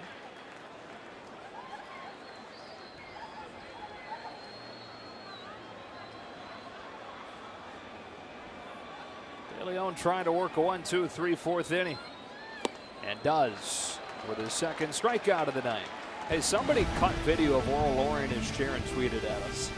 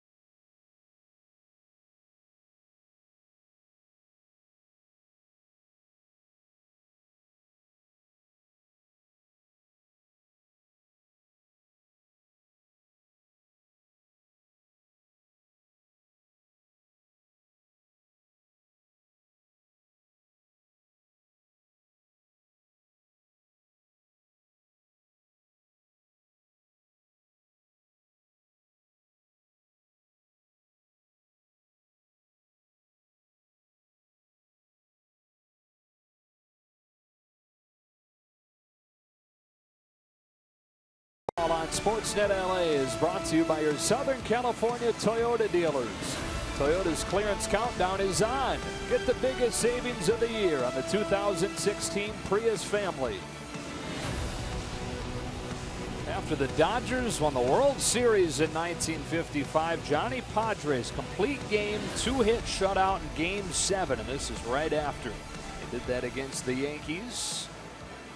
Yasmani Grandal starting the 5th inning and taking strike 1. Vin Scully calls that his favorite memory in his 67 years as Dodger broadcaster. That first World Series championship, and then the only World Championship in Brooklyn. Other than 2 on Grandal.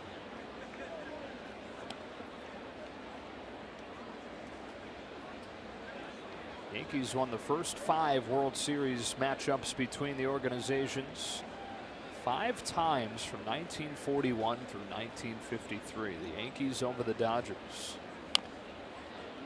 The Dodgers winning in 55, beating the Yankees again in 1963. They swept the Yankees that year. They never trailed against the Yankees in the 1963 World Series.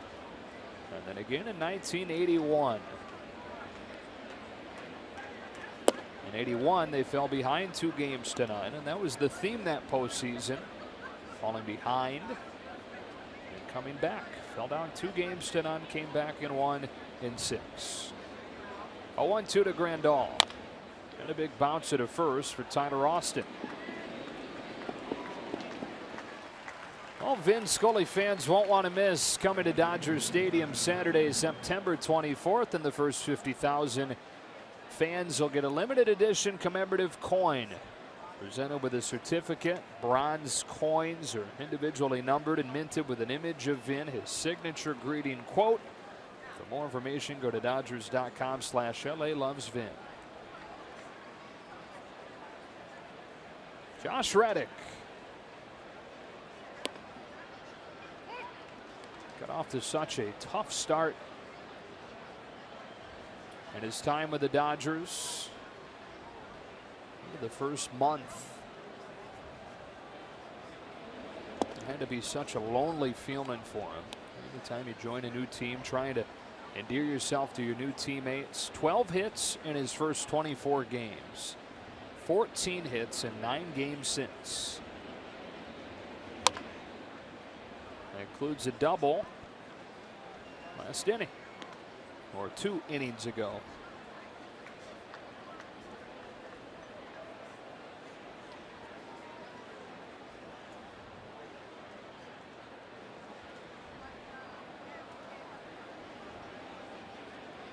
Flyers 1-2 by the hands, and the count evens 2-2. Reddick, many games in this stadium in his Red Sox days.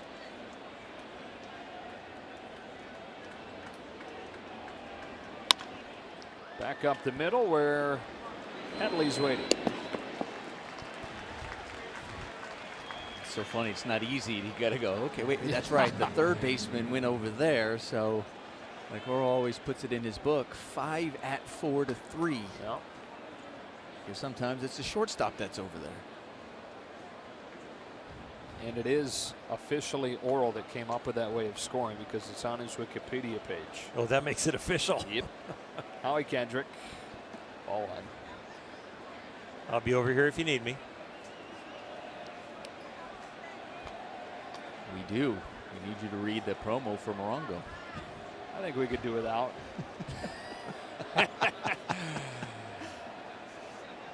Just giving you a hard time, Big O. Oh, I'm fine.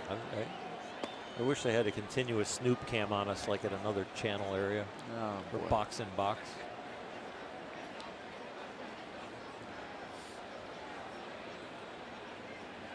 Flyer trying to work a 1-2-3 inning. 3 balls, no strikes on Howie Kendrick, who has singled both times tonight. It's good to see. He was 1 for his previous 20 coming in. Green lighted, strike 1.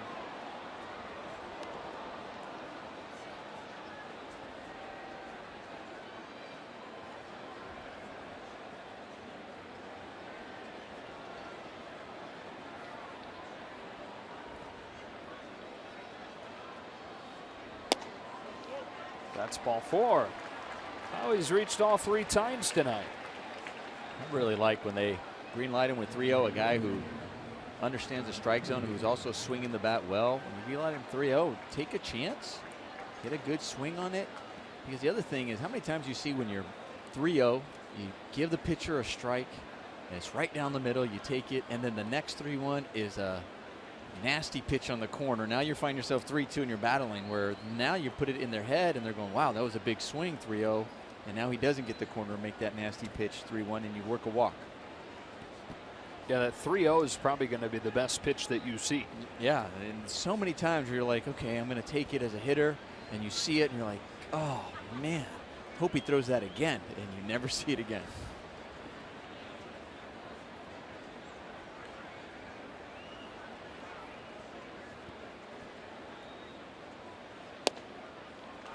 Strike 1. And Howie lately has had such a great eye with the walks. I mean, he's walked 10 times in the last 39 plate appearances.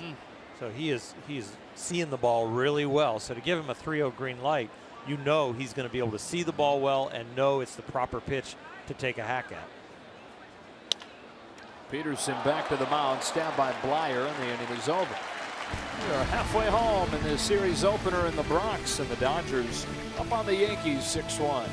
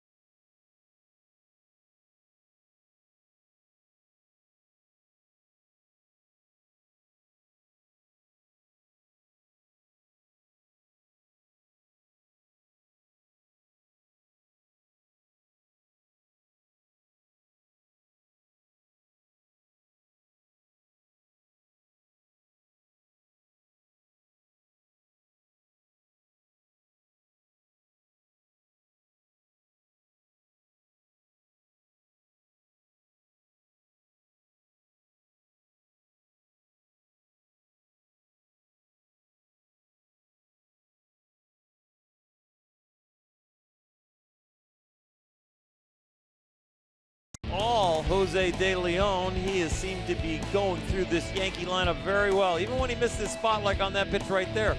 The optical illusion of the speed gets him, and right here, outstanding double play ball. Gets it over there to Corey Seager. And then I will tell you what, this slider is the slider that's in development. If he can continue to throw it there with that break, it's going to be real good. Ball one to Aaron Judge to start the 5th.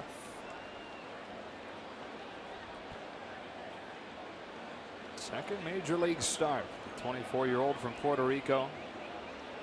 He had 18 family members that made the trip from Puerto Rico for his debut at Dodger Stadium a week ago yesterday, included his parents. 2-0. And a drive, forget about it. Wow. Wow. Prodigious power from Aaron Judge. His 4th home run, and it's 6-2.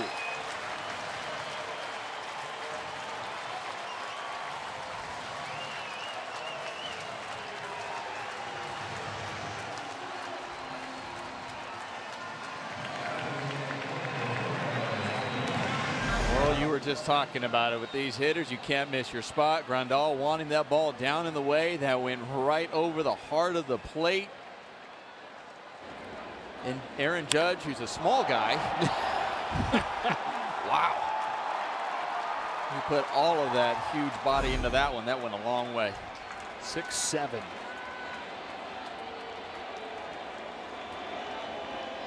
Ronald Torreyes drives one towards left center. Toll's on the move.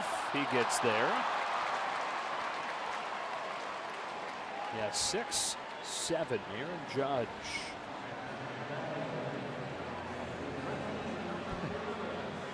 He's only the 11th position player in Major League history that's 6'7" or taller.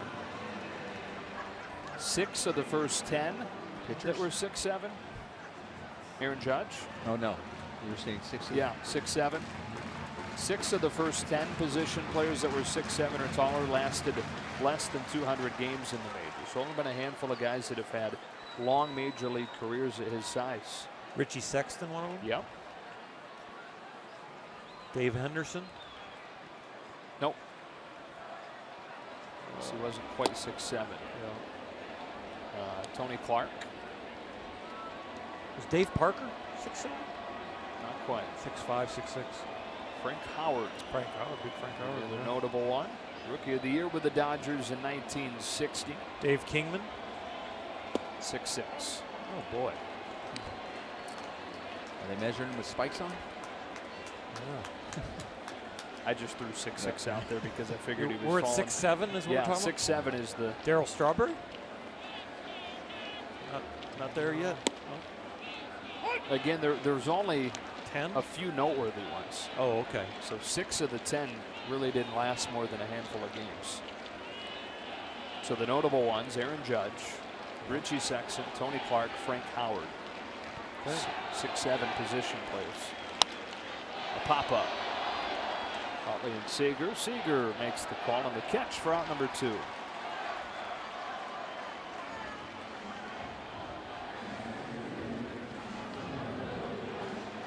Our press box must be right above a really good hot dog stand.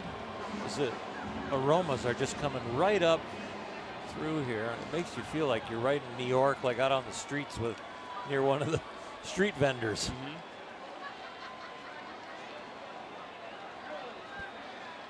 Jacoby Ellsbury with the bases empty and 2 gone here in the 5th inning.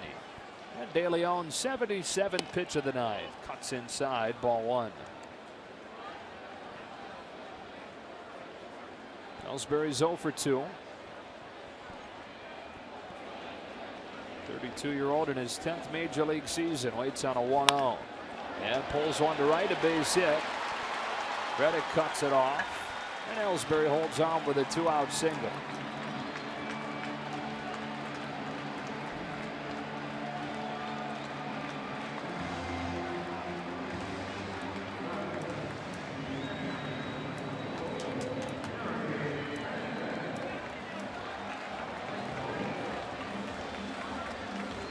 So Gary Sanchez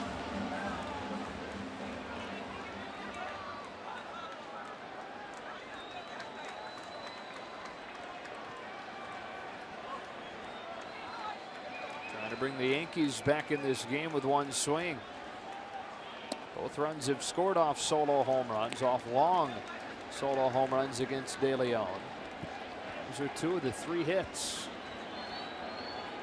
A couple of walks, and a hit batsman, accounting for the Yankees base runners against De Leon. Who delivers 1-0, and a fastball whistles in for strike 1. Lewis Coleman getting ready for LA.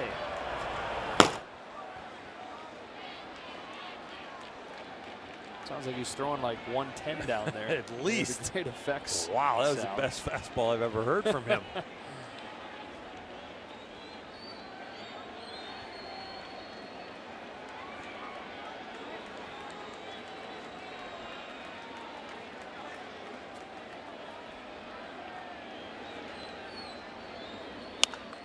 A high drive down the left field line, but it hooks foul. Can't miss by too much against this guy. We were talking about an inning ago, 2 innings ago, about playing in the American League, but also this lineup for the Yankees. Up and down the lineup, anywhere, a lot of power up and down this lineup.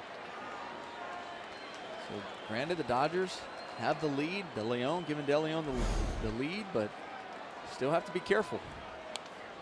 Got to find a way to not only get the outs, but not allow this Yankee club to get back in this game. You can see why these Yankee fans are excited about these young guys. They put on a show even with their foul balls.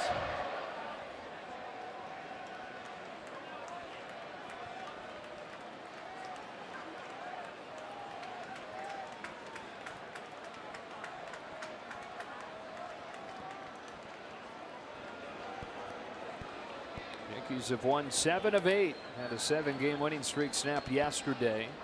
They're 4 games back in the division.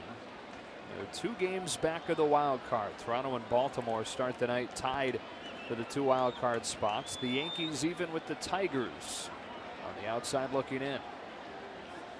Sanchez strikes out on a high fastball. De Leon touches 93 with that one to finish the 5th.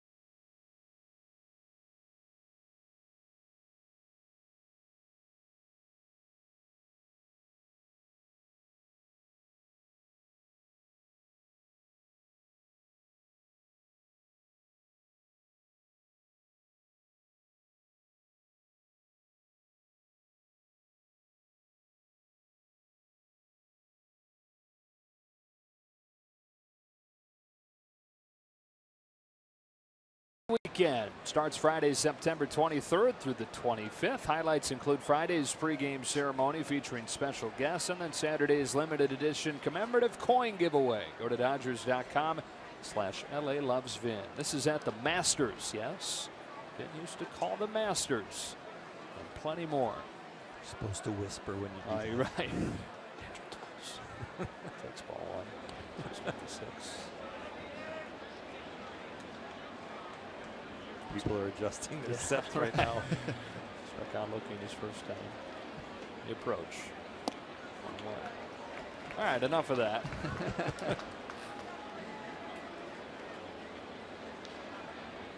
I think that was the only time Vin ever missed Dodger opening day was to do the Masters one time. He did more than one Masters, but one time it happened to cover up opening day. 1-2.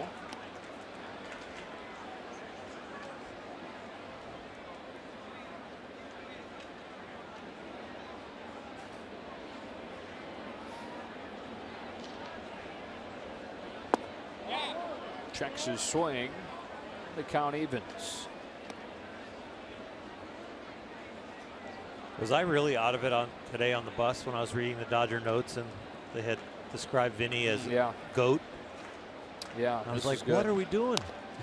Yeah, Oral pulls out the game notes. We get them emailed to us each day ahead of our arrival at the park, and there's a section in there about Vin Scully, the GOAT, which I was like, most of you would probably recognize as greatest of all time. And Oral shows it to me with his horrified look on his face. We can't call Mr. Scully GOAT. I had no idea. Tolles flying down that line, but the first out of the 6. Nomar, you said you a couple times early on in your careers, people would yell that at you and you didn't know. I didn't know what they were talking about, or you know, when Twitter or somebody would tweet it at you or something like that, and I'm like, what? Okay. And I was like, wow. And then I realized what it was. I was like, oh, that's nice. Thank you. When tweeting and texting, you know, it all just got started, and everybody was sending me LOL, and I'm like, love you lots. And I'm like, too many people love me lots. Until I found out, it was like, laugh out loud. Okay. Love you lots. GOAT. All these things you gotta remember now. How about just full words? Well, you know, now it's because you only have so many characters. Yeah.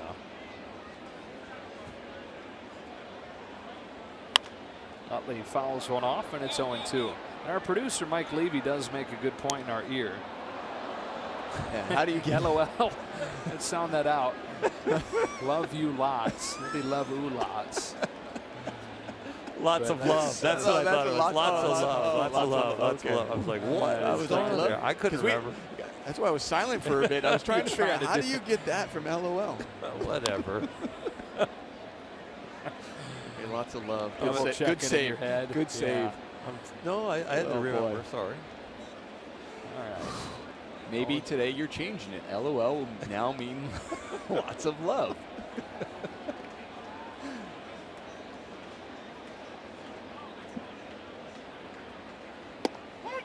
Outside corner, and a generous one at that to get Utley. 2 gone. And letting home plate umpire Adrian Johnson know about it. Adrian, just turn around.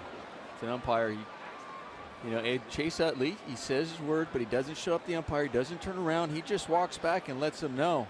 As an umpire, you shouldn't just be, you know, you recognize that he's walking off. That ball is definitely on the outer half and off the plate.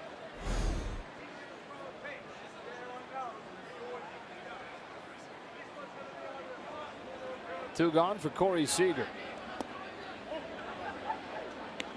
Richard Blyer trying to spin the first 1-2-3 inning against the Dodgers tonight. Brian Mitchell started this game, lasted only 2 1/3. 1-1.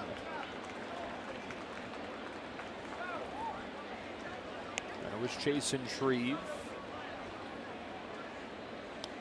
And now Blyer. Spells his name Bleier.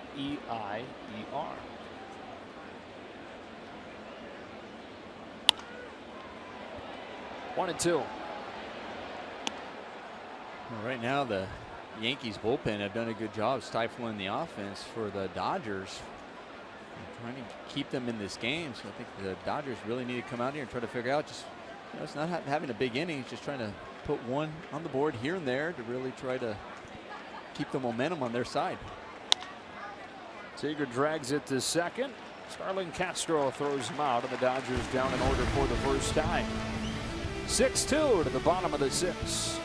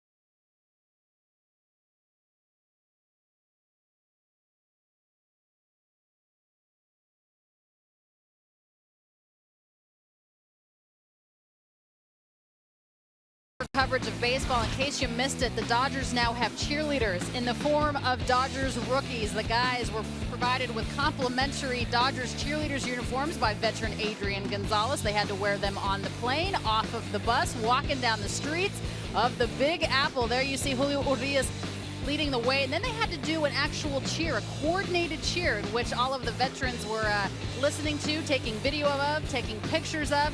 It is one of the best traditions in Major League Baseball, rookie dress-up day. There is Julio Urias. Some of these guys, though, getting a little too into it. Kenta Maeda was having a great time. Rob Seged in there doing the cheer, coming off the bus. It's a fun tradition. Obviously, they would have loved to have done it after a win, but it's something that's a lot of fun. Adrian Gonzalez taking care of all those unis. Awesome.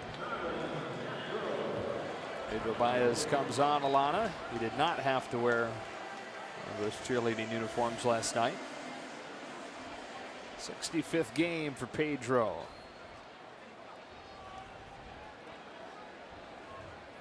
By the way, guys, I got a lot of questions about why Corey Seager wasn't dressed up. First of all, he did it last year. Adrian Gonzalez also said he has a year under his belt as far as service time is concerned. And by the way, the guy's in the running for MVP, and he's likely going to be Rookie of the Year, which I get it. Rookie of the Year, you should do it, but he's at a different level. Yeah. Yep, if anybody gets out of that, I guess it'd be him. Middle third of the Yankees order, and Baez misses with the first one to Castro. I think Austin Barnes did it last year, and he's probably going, wait a minute, I did it last year too. Yeah. Now I do it twice. But Austin, I guess, doesn't have a full year yet under his belt in the big leagues, where now getting into September, Corey does have an official year under his belt. Did you guys have a rookie dress up day? And if so, what did you get to dress up as? Boy, and it's funny, I dressed up twice. So I had to dress up twice. As just a like September call-up? And then I got called, got called up in September and then dressed up, and then the next year. See, veterans had a little different. They go, if you're eligible for Rookie of the Year, and they're putting rookie on that, you are going to be, you're still a rookie and you're dressing up. So I had to wear it twice. One was, you asked what it was? Yeah. The first one was the Riddler, in a Riddler costume here in New York, and I had to walk down the streets of New York in a Riddler costume with my fellow superhero costumes going on. I think we had Batman and Superman and a few others. And then the next year was a skirt and just a vest, and that was it. Wow. I was dressed very scantily. Those guys caught a break with cheerleader uniforms. Castro down on strikes against Baez to start the inning.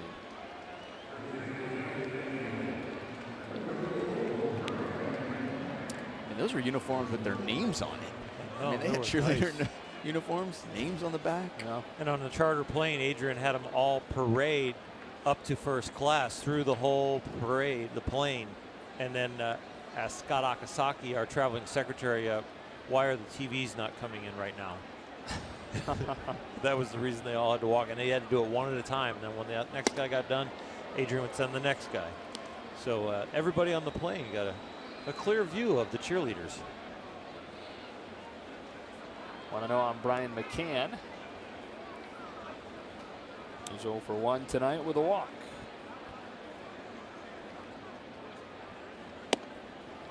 What? 1-1.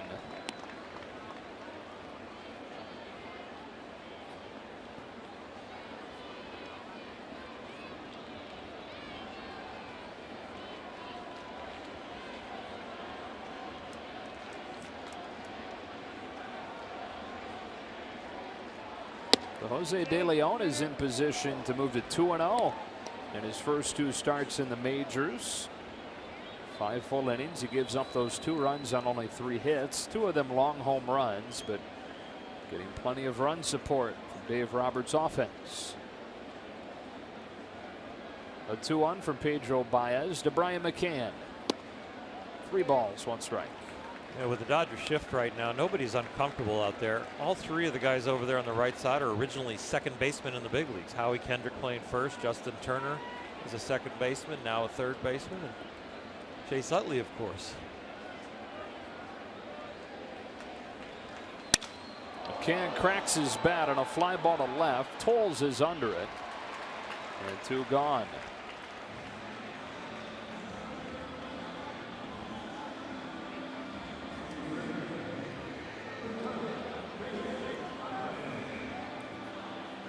Chase Headley with the bases empty and 2 away.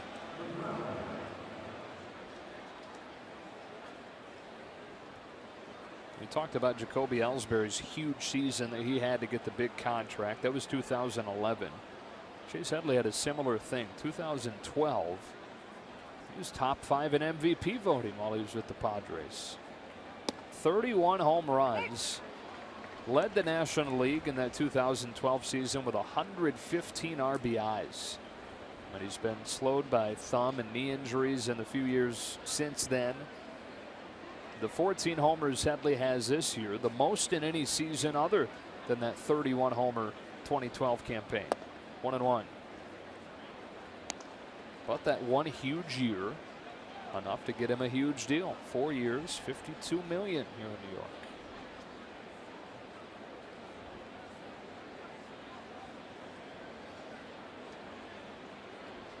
A 1-1. 1-2. That changeup right there from Pedro Baez is what he went down into the minors to get comfortable with his mechanics and to really work on that. It's the second best pitch, one that he really wants to perfect, and that one was outstanding. Through at his velocity and that trajectory, it feels like a fastball that's going to stay right there at the knees, and then it buries.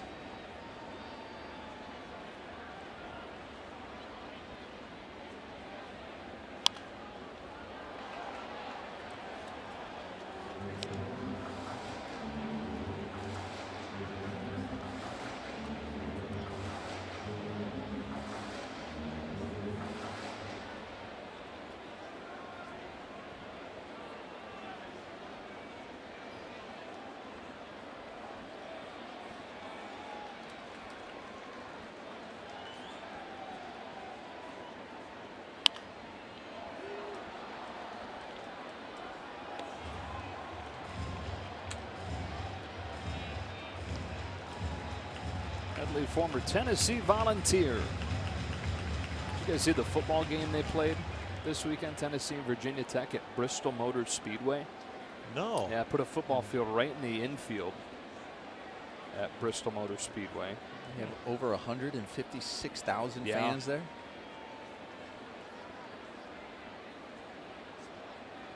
They did a couple of pictures you can find online where they did like an overlay of Wrigley Field in Fenway Park sitting inside Bristol Motor Speedway. What, just to give you an idea of the scale of the place.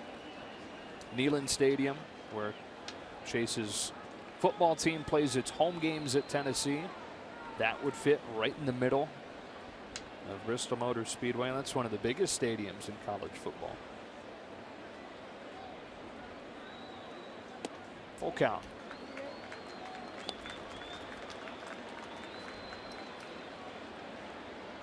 Tyler Austin due next in a 6-2 game in the 6th.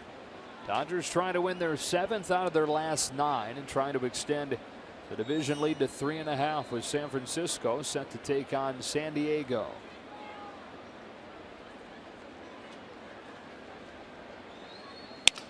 Broke his bat. Good inning for Pedro Baez. Yankees down in order.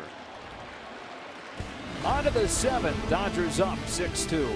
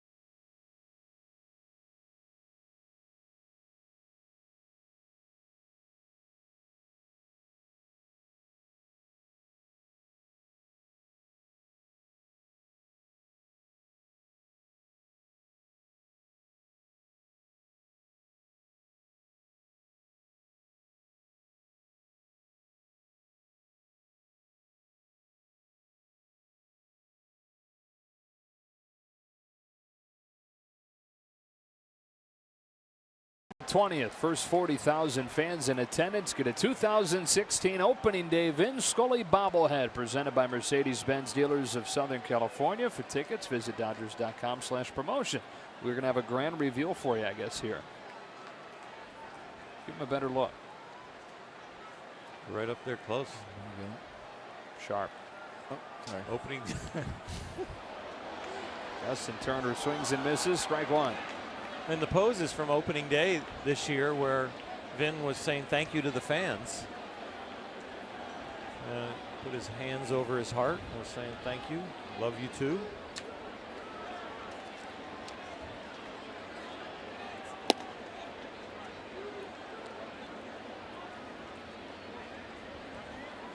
And Vin's hometown right now, New York City. I went to school as well at Fordham.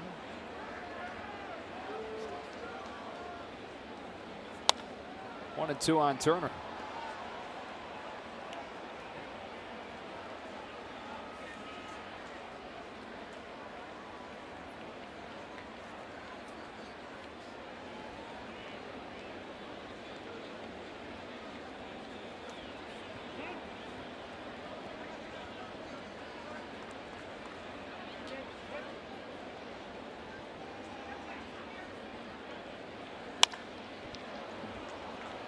Castro perfectly positioned to get Turner for the first out of the 7th. As the Yankees, as the story goes, had a hand in Vin's early baseball years. The story goes that Vin grew up a Giants fan because he felt bad for them when the Yankees used to just dominate the Giants. The big bad Yankees. Good thing he's no longer a Giants fan. Yeah. That becomes a birthright, right? When you put the Dodger blue on. Yep.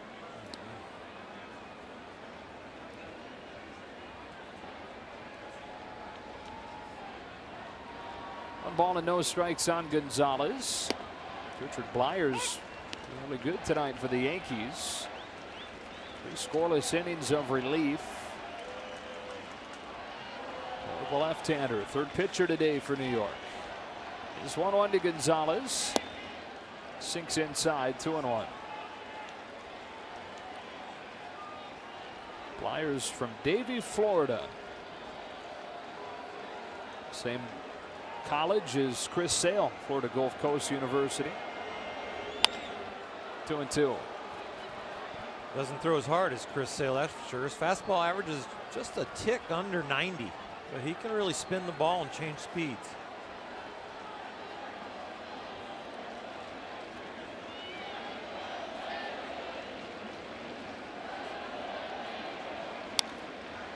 This is something that the Dodgers are going to have to get used to, because down the stretch here, they're going to see a lot of lefties, because they know, and the whole league knows, about the struggles they've had this year against left-handed pitching. So even if you might see a righty starter, you know there's going to be lefties coming out of that bullpen. Full count. Blyer made his major league debut this year. He's 29 years old. Almost 8 full minor league seasons before making his debut for the Yankees. Big bouncer back to him, and he'll get Gonzalez for the 2nd out.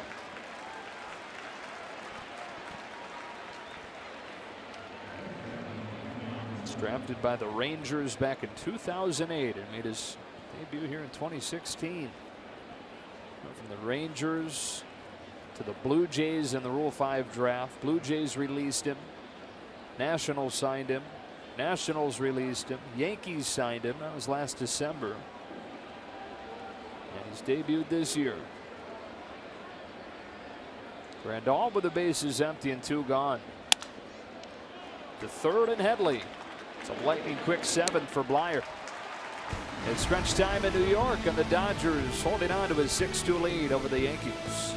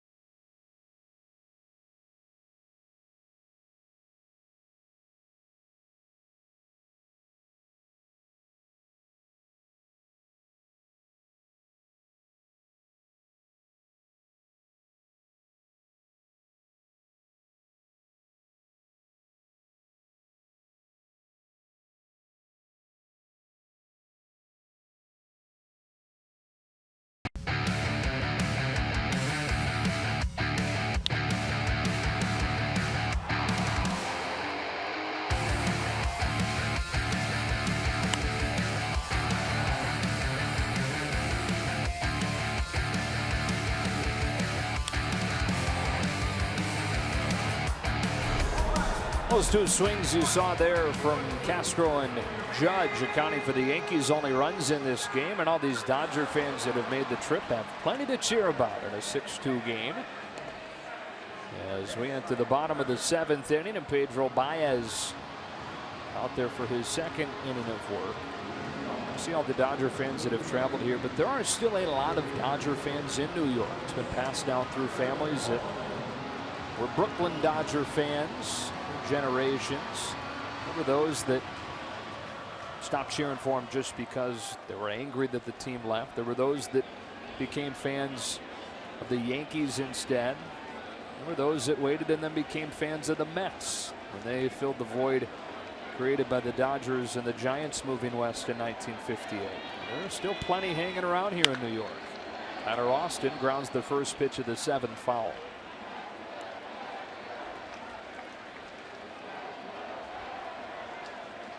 Austin himself grew up a Yankees fan. They drafted him out of high school in Georgia, 2010. He was a catcher when they drafted him, but a first baseman and an outfielder at this point. Young fans might not know that the Mets uniform colors are because of the Dodger blue stripe, the Dodgers leaving, and the orange stripe for the Giants leaving to make the Metropolitans colors of their uniform.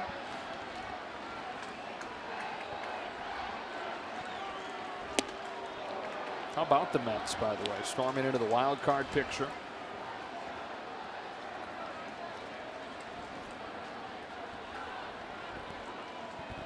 Right now they would be the 2nd wild card team. It would be the Giants against the Mets. Baez to Austin with a 1-1, and it's 2-1. Well, if you're saying the Giants aren't it, that'd be good because that means that then the Dodgers are winning the division. Yep. There's a look at it. So really it's a 3-horse race at this point. Different story though over in the American League and the wild card hunt that the Yankees are involved in. That is going to be some kind of drama down the stretch. Really crowded wild card picture.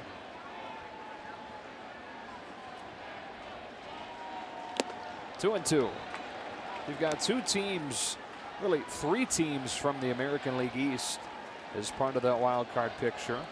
If it were to begin today, it'd be 2 teams, 2nd and 3rd place out of the American League East that would play. And then you've got the Tigers and the Yankees, both 2 games back of the 2nd wild card spot. The Astros are right in it. The Royals are right in it. 3 and 2. Could have a play-in game to get to the wild card game.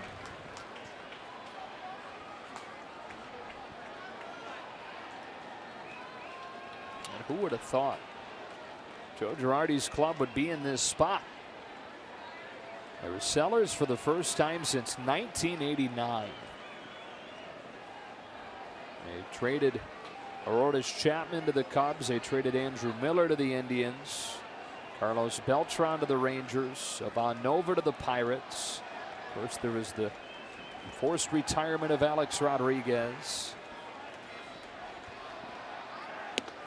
Austin tries to lay off but can't. Baez has a strikeout to begin the 7th. Since the forced retirement of Alex Rodriguez back on August 12th was his last game. At that time they were in 4th and they were 4.5 games out of the wild card. So they've gained 2.5 games in the wild card standings. Still in 4th, but a little better picture for them and a chance to play some playoff baseball. One gone for Judge. And the thought around here was you can go ahead and make a run for it with the guys that you have. But you might set yourself back a few years by not flipping them for prospects. Or you can flip them for prospects. Going to cash in for the season. Might be a year or 2 before you're back in contention. Nobody saw this coming. 2nd best record in the AL since the deadline. Only the Royals have a better record since then. These young guys, including Judge, who's up there right now, called up to the bigs, and Yankees are right in the thick of things here in mid-September.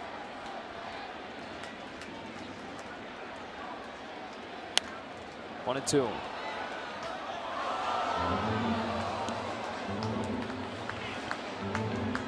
There are assets in an organization that are not just players. The opportunity asset of who's going to get the experience.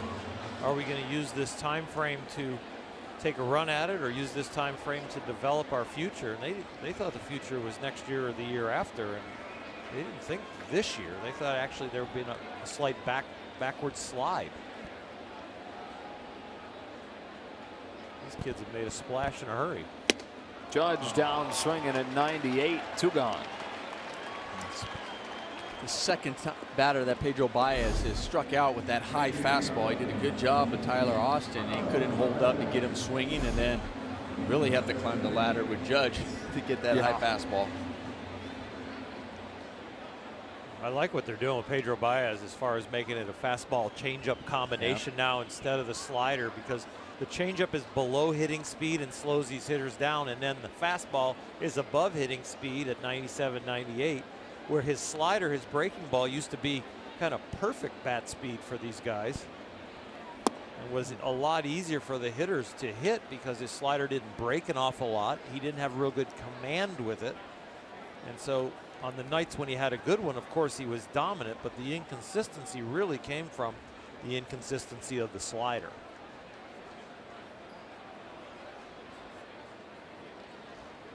Here's an 0-1 to Ronald Torreyes. Ball on. When you throw 98, 97 miles an hour, and for Pedro Baez, you talked about that changeup. As long as he can make the changeup look like a strike, it doesn't always have to be a strike, but look like a strike. And then you also, even if the hitter takes it, it puts it in his mind, wow, he can throw that changeup, so I got to look for that. And it also speeds up that 98-mile-an-hour fastball. Torreyes gets around on it, and a base hit to left.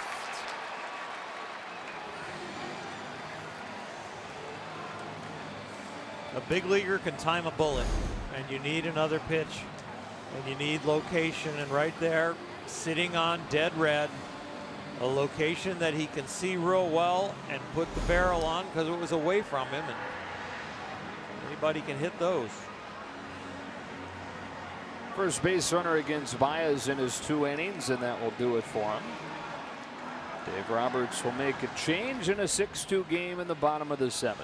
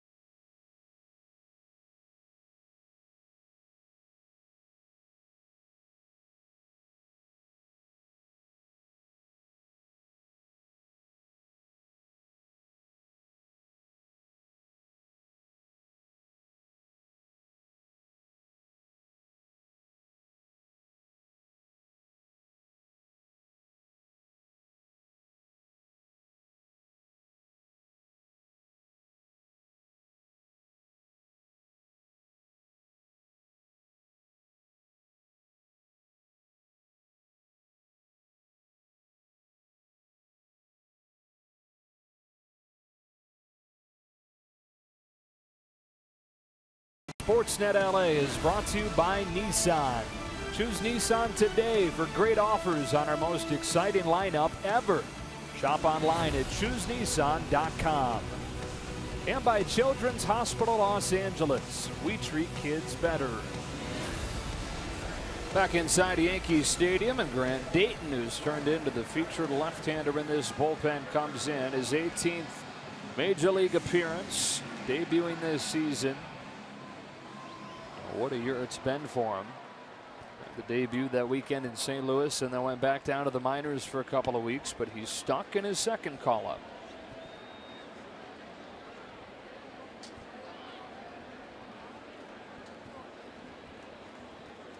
A pair of left-handers at the top of the Yankees order.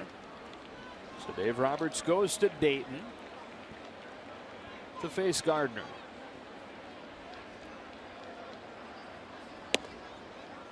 Fastball splits the plate, strike one.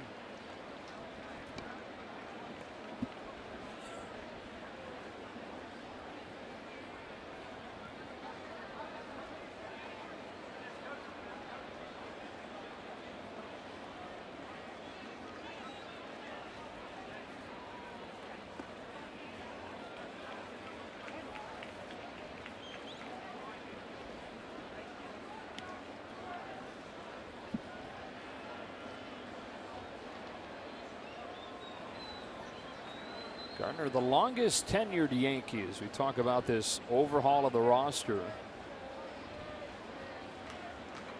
One of the veteran pieces still remaining. 9th major league season, all of them with the Yankees. That foul ball drilled a camera in the Yankees television booth next to us. Right up there.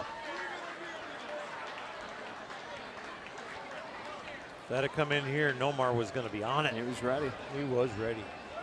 You're welcome, Oral.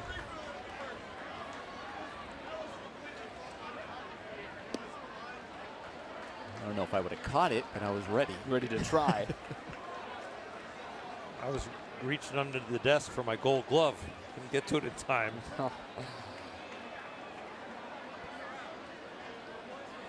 Wow, I didn't know you brought your gold glove with you.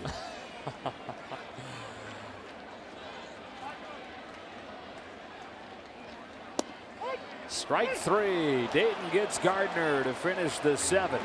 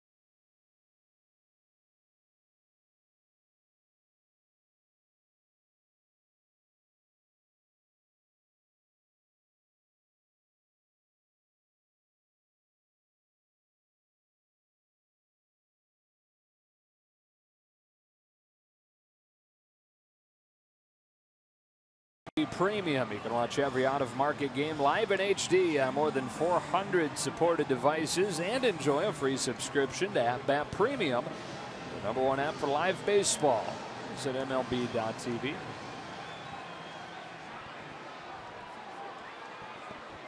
Beautiful night here in New York, in the Bronx. About a half an hour trip, depending on traffic, up from Midtown Manhattan. New pitcher into the game, James Pazos. Second appearance this year, only a handful of appearances in his major league career. Kike Hernandez bats to start the inning. in place of Josh Reddick. Yeah, it takes ball 1.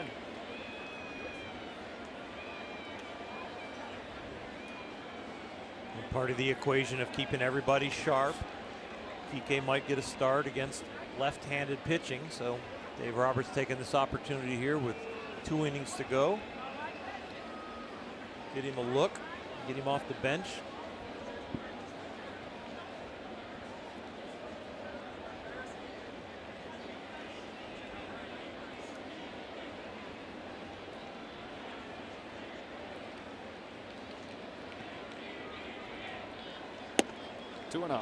No, doesn't this also protect Josh Reddick a little bit? Swinging the bat good. Why send him up there against a lefty? He's got a good thing going. It does, because you know, it's hitting. We always talk about is being confident and having a good day and going home with a good feeling. And bring that the next day. But I also don't. What I also like is early in a series, such as this first day, we know that the Dodgers and probably other teams, we talked about throwing a lot of lefties against them. Well, they get the opportunity to see them early in the series as compared to this being, say, the last game of the series. So maybe at least have an idea of how their ball moves, or at least get a look at guys they've never seen before, because this is an interleague matchup. Young guys, September, all of those factors.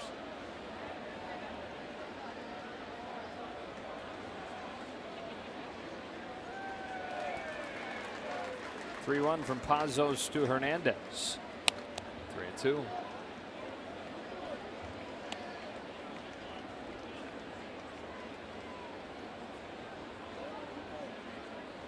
See a big left-hander like this on the mound, you start thinking like CC Sabathia.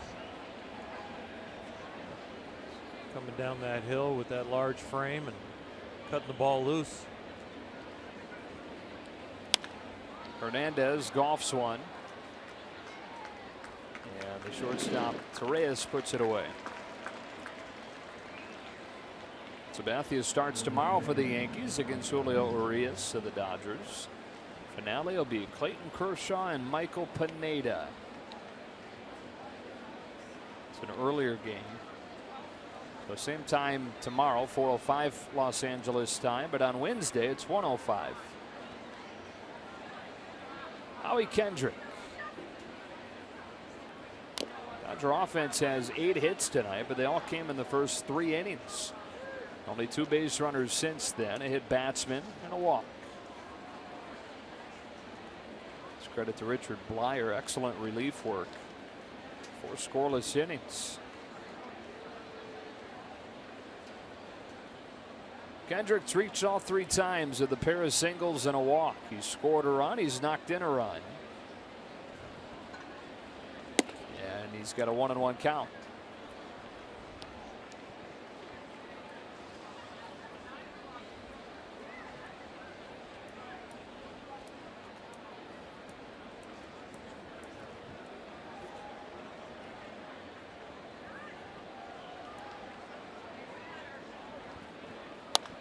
Check swing foul into the Yankees dugout, 1-2.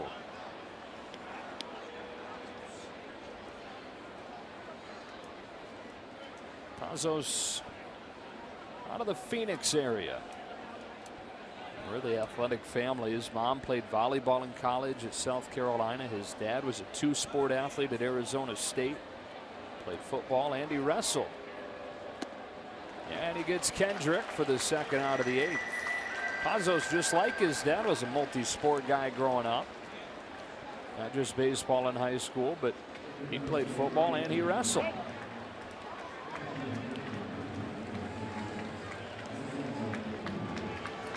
Yasiel Puig to bat with 2 gone, and the bases clear in the 8th.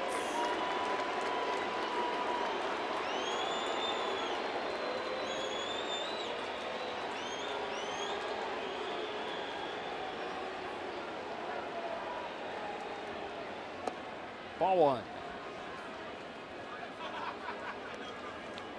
Yasiel probably going to get the start tomorrow in left field, so Dave Roberts knocking the cobwebs off for him here a little bit.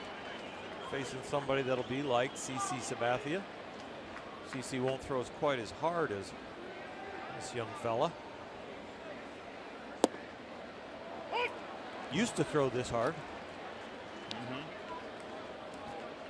He's totally reinvented himself. Sabathia. So if you're going to hang around as long as he has, you typically do. 36 years old now. 1-1 from Pazos to Puig. And a fly ball on the right field line, sending Judge back to the corner at the wall, and it's gone. Puig's third home run since returning.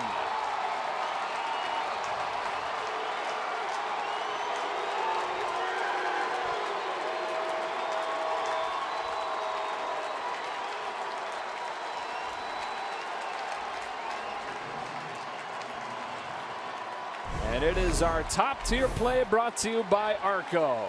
We were talking about how this bullpen has done a good job stopping the bats for the Dodgers, but then a nice pinch hit home run from Yasiel Puig coming up big down the right field line.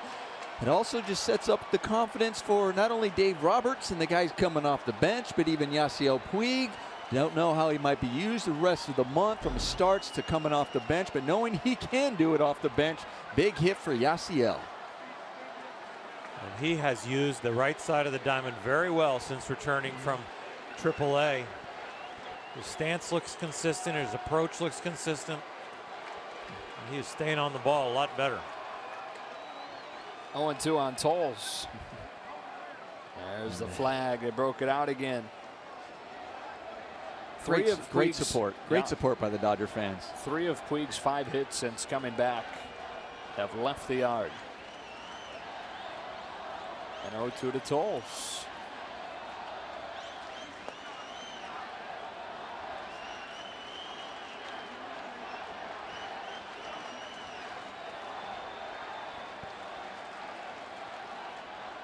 Didn't he kind of have the feeling that when he came back it was going to be like this?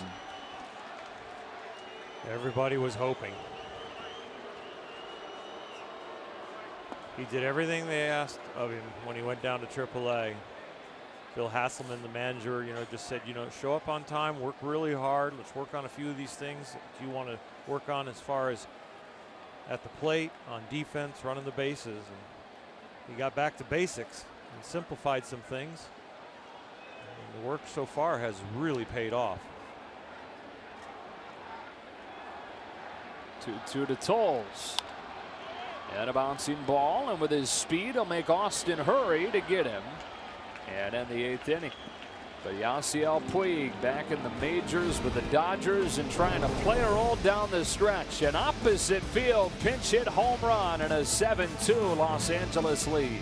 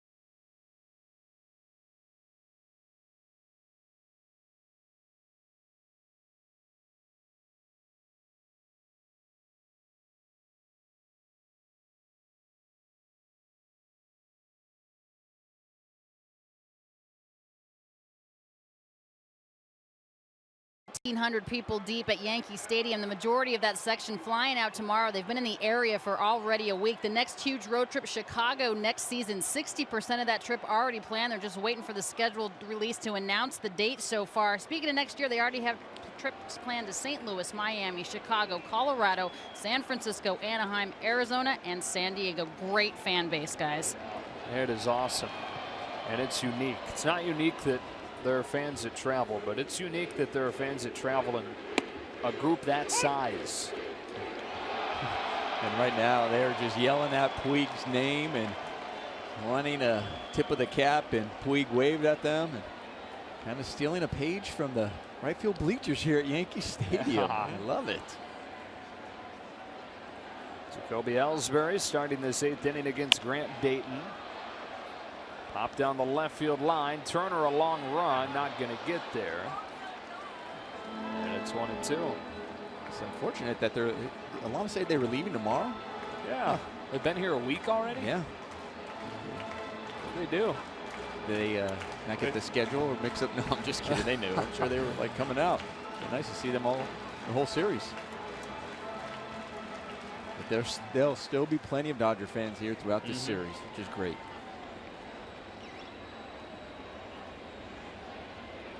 So Hernandez in the game defensively in center. Puig is in right. And a 1-2 from Dayton to Ellsbury. Sliced into center. Hernandez comes on and makes a running catch. Fresh into the game. Test him early. I'll tell you what, that's a tip of the hat to all the data that they have collected and the positioning. George Lombard putting these guys in the right place. Look at how shallow he is and the jump he gets, and right on it. Without those 2 or 3 yards of positioning from the dugout to get to the right place, that ball doesn't get caught. Grandin retires both batters that he comes on to face. Joe Blanton comes into the game with the Dodgers up 7-2.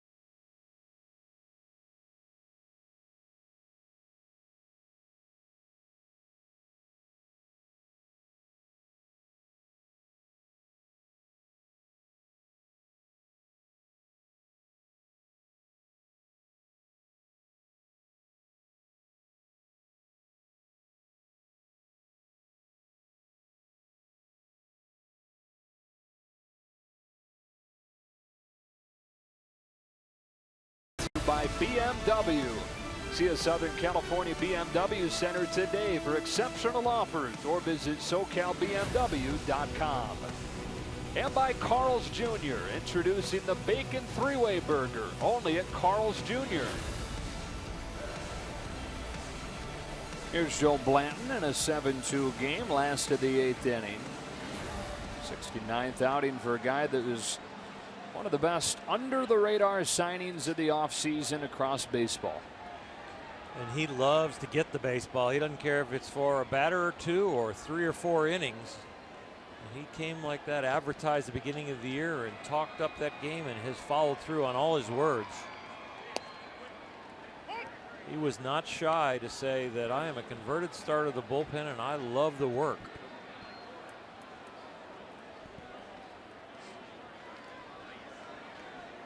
Facing Gary Sanchez. I think I think one of the big reasons why the Dodgers are where they are right now, with all of the injuries, is the attitude that so many of the players have had. From the pitching staff, bullpen guys such as Joe Blanton. Whatever you want me to do, I'll do. Kenley Jansen, for example, if you need me to close more or go in more than one inning, I'll do. Position players, we're talking about Howie Kendrick playing first. He's already 4 different position as a starter. Wherever you need me, I'll do. Chase Utley, everybody has that attitude, and it's got to have that attitude in order to be where they are with all the adversity they've had to overcome. It's one thing Dave Roberts consistently goes to when he's talking big picture about this 2016 season. The willingness of guys, and it really not just in the bullpen, but it goes back to the signings of guys like Howie Kendrick in the offseason, who came in saying that they would do whatever the team needed. And in Howie's case, that's been playing left, the career second baseman. Sanchez can't lay off his slider from Blanton, 2 away in the 8th. You know, as the Dodgers started to play well in the second half of the season, the first narrative was it's depth. It's depth.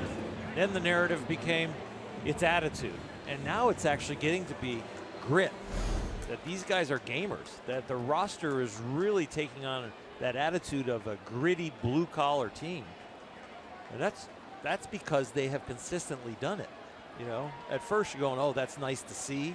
And then, oh, hey, wow, we played really tough through that series. And then you do it for a month and a half, 2 months, and you do the little things like we're seeing them do. Everything that Chase Utley has been an example of. And Gonzo's consistency and Howie Kendrick doing the job in the multiple places like you guys talk about. And I would argue it's even gone to the next step past the grit narrative to where it's just they're scary now. Yeah. Right. I mean, you got the offense has been one of the best in baseball in the second half. You're adding Kershaw back to it. Rich Hill's been the best pitcher in baseball this season when he's been healthy. They've gone from A to B to C to gritty to pretty darn scary at this point. You get that big fella back there where the back doesn't get stiff and he's going 7 innings again. And you add it to Rich Hill, who the blisters stay under the radar, and he can go his 6-7 innings of magnificent ball. And then you're to a point where maybe you can get Kenta Maeda an extra day's rest, and he can go out there and deal his 6 innings. And then you hand the ball to this bullpen with Kenley Jansen at the helm. And the way the lineup has started to function, Nomar, you talk about their at-bats on a daily basis of how they really are starting to function like a team. Well, I mean, I think if you look at today as a perfect example, they scored the first 6 runs. They not only they don't rely on the long ball, but they have the power. You have Yasiel obviously at the home run coming off the bench, and we know there's power throughout this lineup with Justin Turner, Yasmani, Adrian, Seager, Utley, Jock. So yeah, it's nice to see that it doesn't always have to rely, they're one-dimensional in order to score runs, but they can.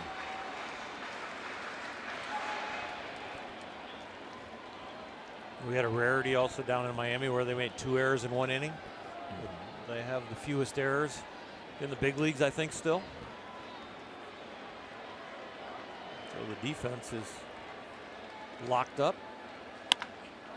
Castro with a rocket down the left field line, and he has squared up a couple of balls tonight. He's got a 2-out double. His approach at the plate now has developed kind of like, for me, like Jock Peterson. He's just more disciplined. He's got more thought up there of how to get a hit, what pitch to look for, and then not to completely overswing. They both swing real hard, but it seems to be more under control now. Yeah, we were talking about the move from shortstop to second base, how that possibly have calmed him down, relaxed. We've seen that in another player, D. Gordon. We just left over Miami when he went from short to second base and how it kind of changed him and his approach and mentality.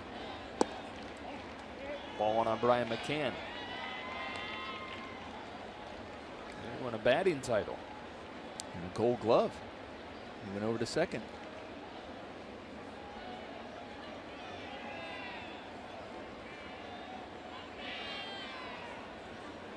He was graded out at shortstop. The only real good thing he had at shortstop was range. But When it came to the consistency of the glove and the consistency of the throwing arm, he was well below big league average. Flipped him over to second base and he wins a Gold Glove.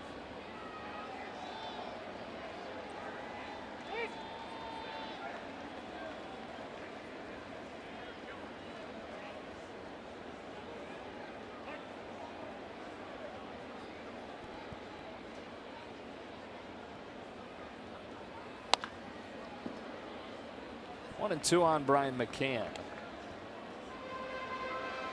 By the way, Kyle Hendricks has a no-hitter through 7 for the Cubs right now against the Cardinals. Rubbing salt in the wound of St. Louis fans. That game is at Busch Stadium. Cubs 91 and 51. And McCann strikes out swinging. Joe Blanton with a scoreless 8th. On to the 9th. All Dodgers so far tonight.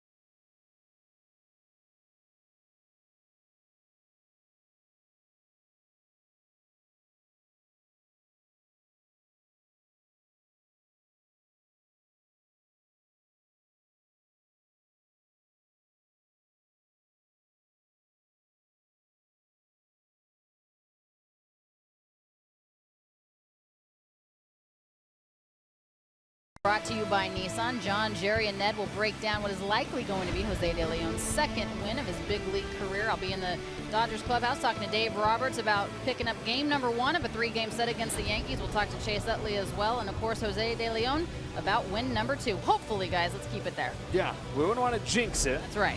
But we just hedged your bet with a hopefully, so I feel safe about it. Top of the 9th inning, 7-2 Dodger advantage. Ben Heller for his 7th appearance out of the Yankees bullpen.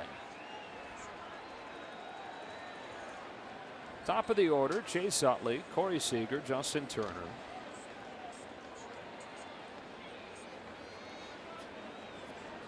Utley 1 for 3, started this game with a single, scored the Dodgers' first run. They then got 3 in the second, 2 in the third, and were hitless through 4+ innings against the Yankees bullpen before Puig's home run. Eric Stephen at True Blue LA tweeted that it was an 0-of-17 run for Dodger hitters against left-handed Yankees relievers. And that is something that the Dodgers are going to see routinely, especially with the 40-man rosters in September. On a pretty much nightly basis, teams are going to fire left-hander after left-hander against them.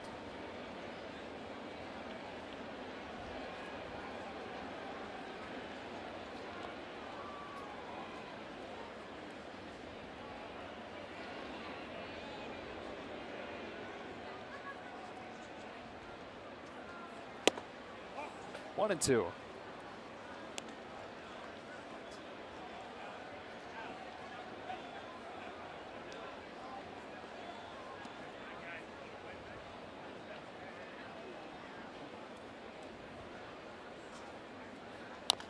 Yankees fans remember Chase Utley well from that 2009 World Series.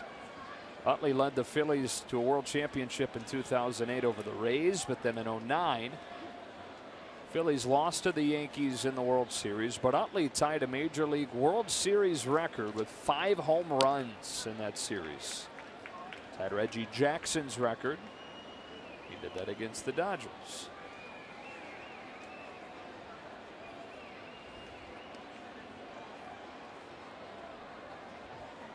So many ways, a legendary career for this guy.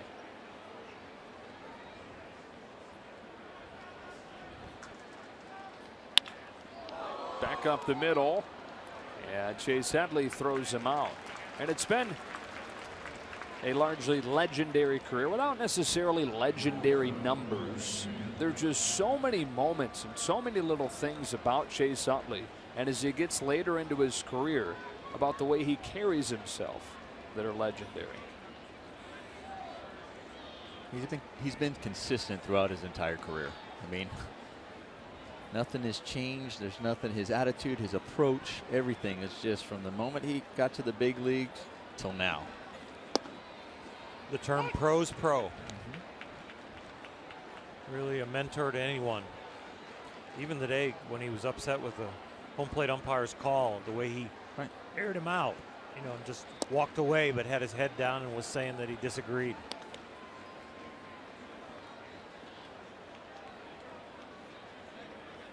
Corey Seager has soaked up all that he can from Chase Utley.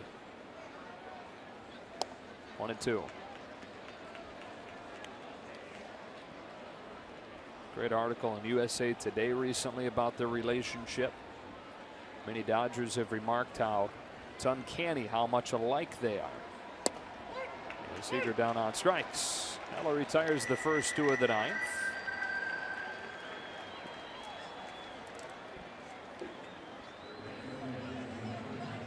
And up comes Justin Turner, who is 0 for 4.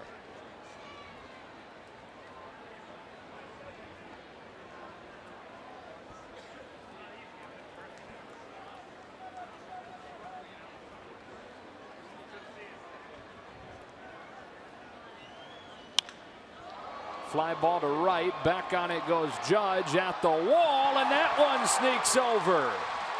Turner goes the other way, just like Puig, and it's 8-2 Los Angeles. 27th of the season for JT.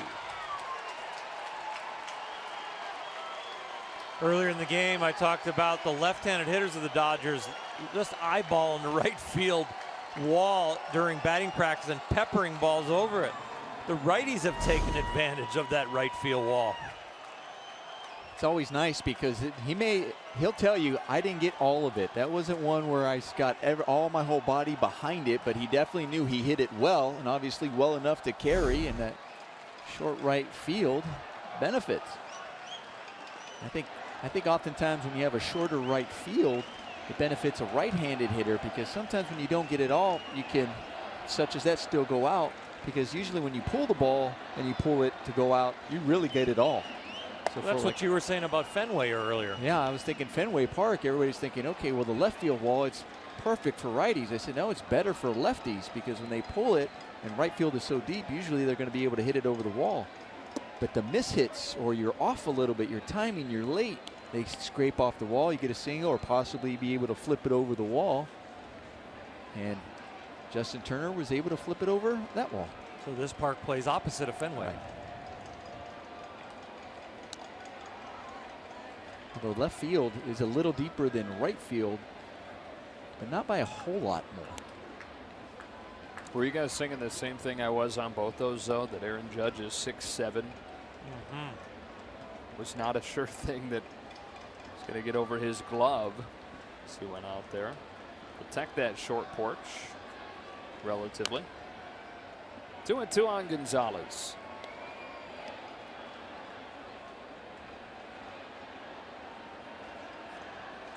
Adrian's 0 for 4, so this is likely his final opportunity to extend his 10-game hitting streak.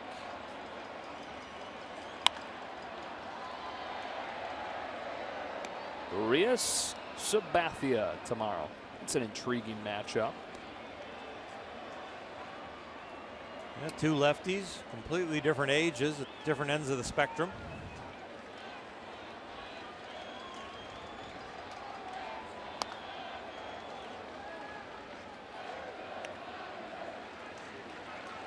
I see Hendricks is through 8 in St. Louis. Two walks and no hits. Cubs already had a no-hitter this year. Jake Arrieta did it in Cincinnati. And now Kyle Hendricks, who just might win Cy Young this year. He's only thrown 88 pitches and 58 for strikes. Would you have guessed, if I had just quickly thrown out to you who has the best ERA in the National League, would your guess have been Kyle Hendricks? No, it would have been my guess. No, it is sub-2 now. Gonzalez has extended the hitting streak to 11. That's 11 consecutive games with exactly 1 hit during that streak.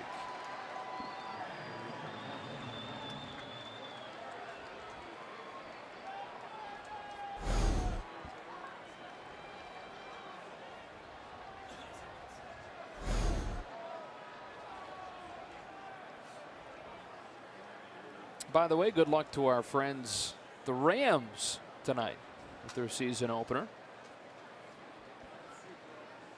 Taking on the 49ers. They start in about 10 minutes, I think. I think the Steelers are handling the Redskins quite handily. I didn't see the score, but I'd heard from 38-16 just went final. Geez, somebody in the truck's paying pretty close attention. One of the monitors must not be on baseball. What a great time of year, though. College football, NFL starting, baseball into September, and the playoff races. Grandal pops it up. Foul ground, and Chase Headley's got it. So that does it for the Dodgers in the 9th, and we go to the bottom half. All LA in this opener.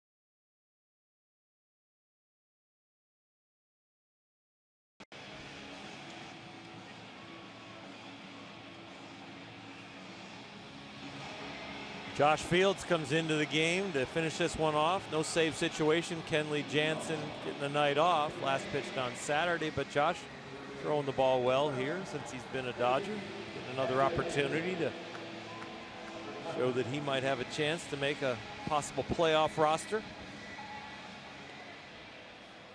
We're looking at that today a little bit. That is going to be a tough 25 to squeeze it down to.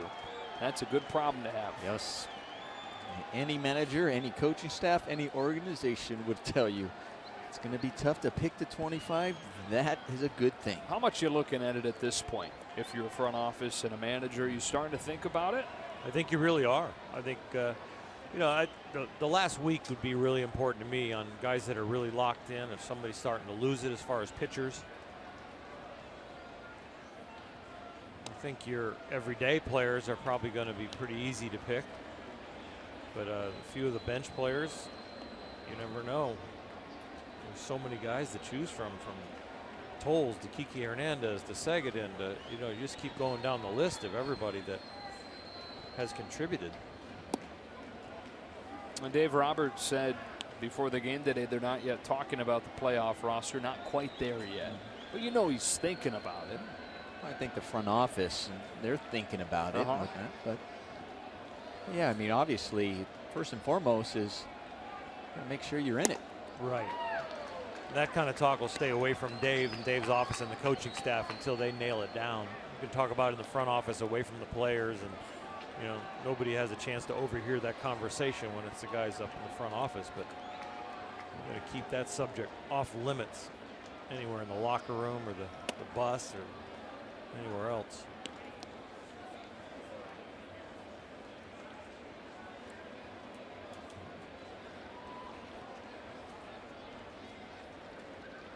Chase Headley leading off this bottom of the ninth for the Yankees. Both their runs coming off long solo homers tonight. Castro and Judge.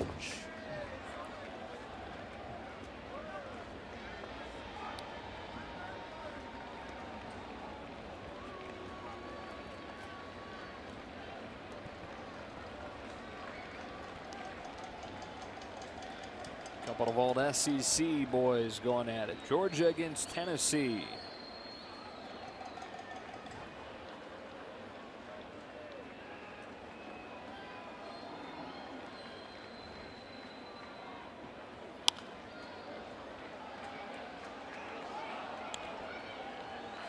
Wasn't too hard to figure out that Josh Fields was from the South when all of a sudden one day I saw him walking through the hotel lobby and he had like a brown camouflage hat rolled up and stuffed in the back pocket of his pants.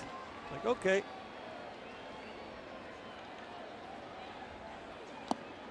And he walks Headley to begin this ninth. Twice in that at bat, it looked like he lost his footing a little bit when he on his plant foot.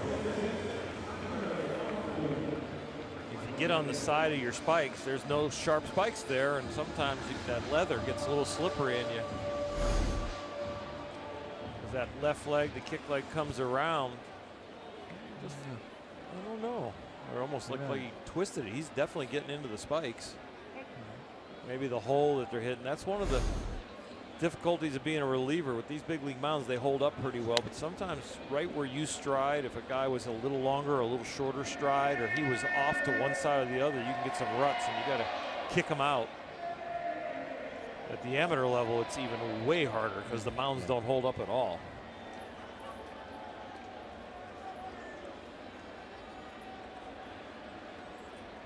Other than one on Tyler Austin. Oh, the only for pitchers, is it the only time you can actually ask for them to help out the mound? Is it if it's rain or weather, or can you ask at any moment to say, listen, can we fill that in? Yeah, you can ask at any time.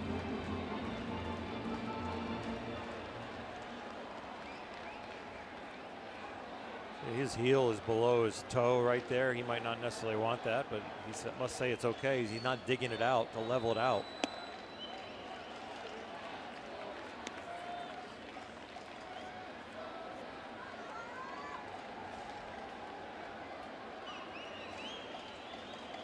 He's in front of the rubber. You see quite a few pitchers that'll be half on and half off.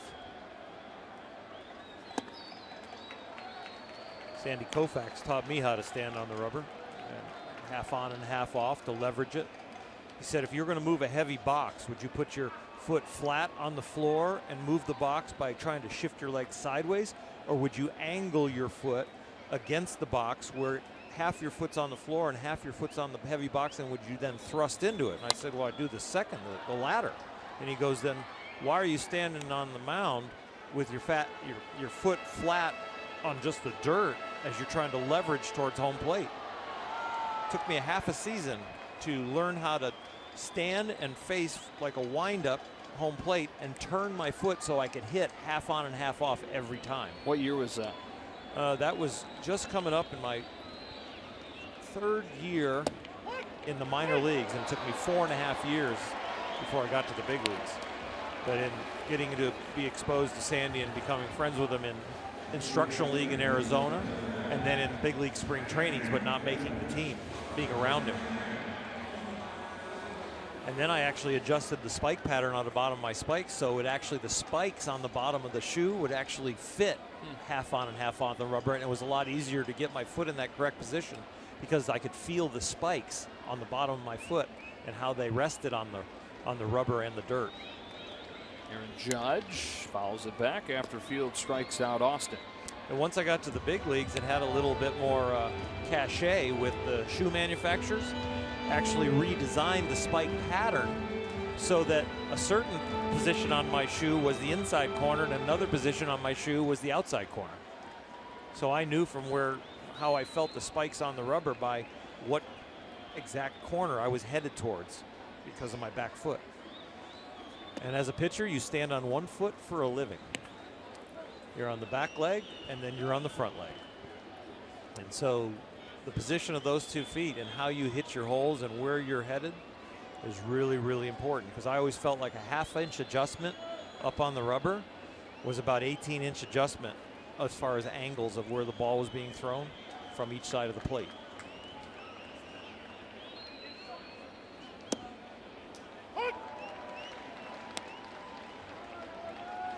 When I was a pitching coach with the Rangers, I took a string and I lined up one string with the outside corner, and then I made a half-inch adjustment right there in front of the rubber with the angle of the other string, and it led right to the other side. Because people would ask me, how do you make the ball sink on the outside corner and the inside corner? I said, it's the same pitch. You just turn the world a little bit with your back foot. Back-to-back Ks of Austin and Judge, and the Dodgers are not away from taking this open. Right now you have so many people at home, youngsters, pitchers going, okay, wait a minute, my foot? And they're trying to figure out, like, okay, well, when you shoot a gun, you don't shoot the bullet and then bend the barrel. You shoot the butt end of the gun. You move the butt end of the gun to change your target. The butt end of a gun for a pitcher is his back foot. Now you got to repeat everything above it, but that's the butt end of your gun. Headley taking second, fielder's indifference. Ball one on Ronald Torres.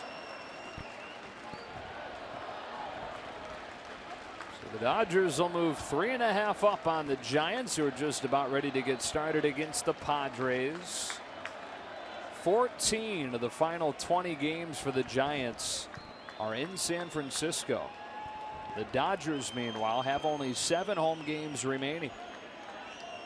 13 of their final 20 will be on the road. Giants have these 3 with San Diego, then 4 with St. Louis. Final road trip of the year for the Giants at the Dodgers, at the Padres, and they're back home to finish with 3 with the Rockies and 3 with the Dodgers.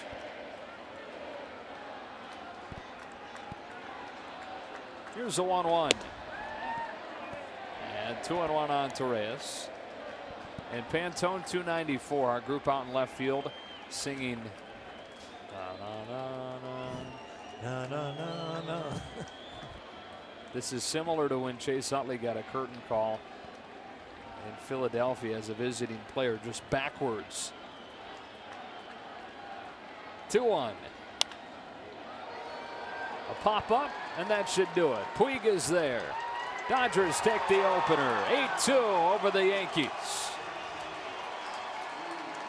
They've won 7 of 9, and the division lead is 3.5. The Yankees were on a streak of winning 9 first games in a row to start a series. The Dodgers just broke that. That goes back to July 18th here. This was just a good solid win all around from the team. You know, they got contributions from everybody up and down the lineup. You got some guys coming off the bench, coming up big. Bullpen, solid win. Continue the momentum. Time now for our Lexus Player of the Game, Jose Daly.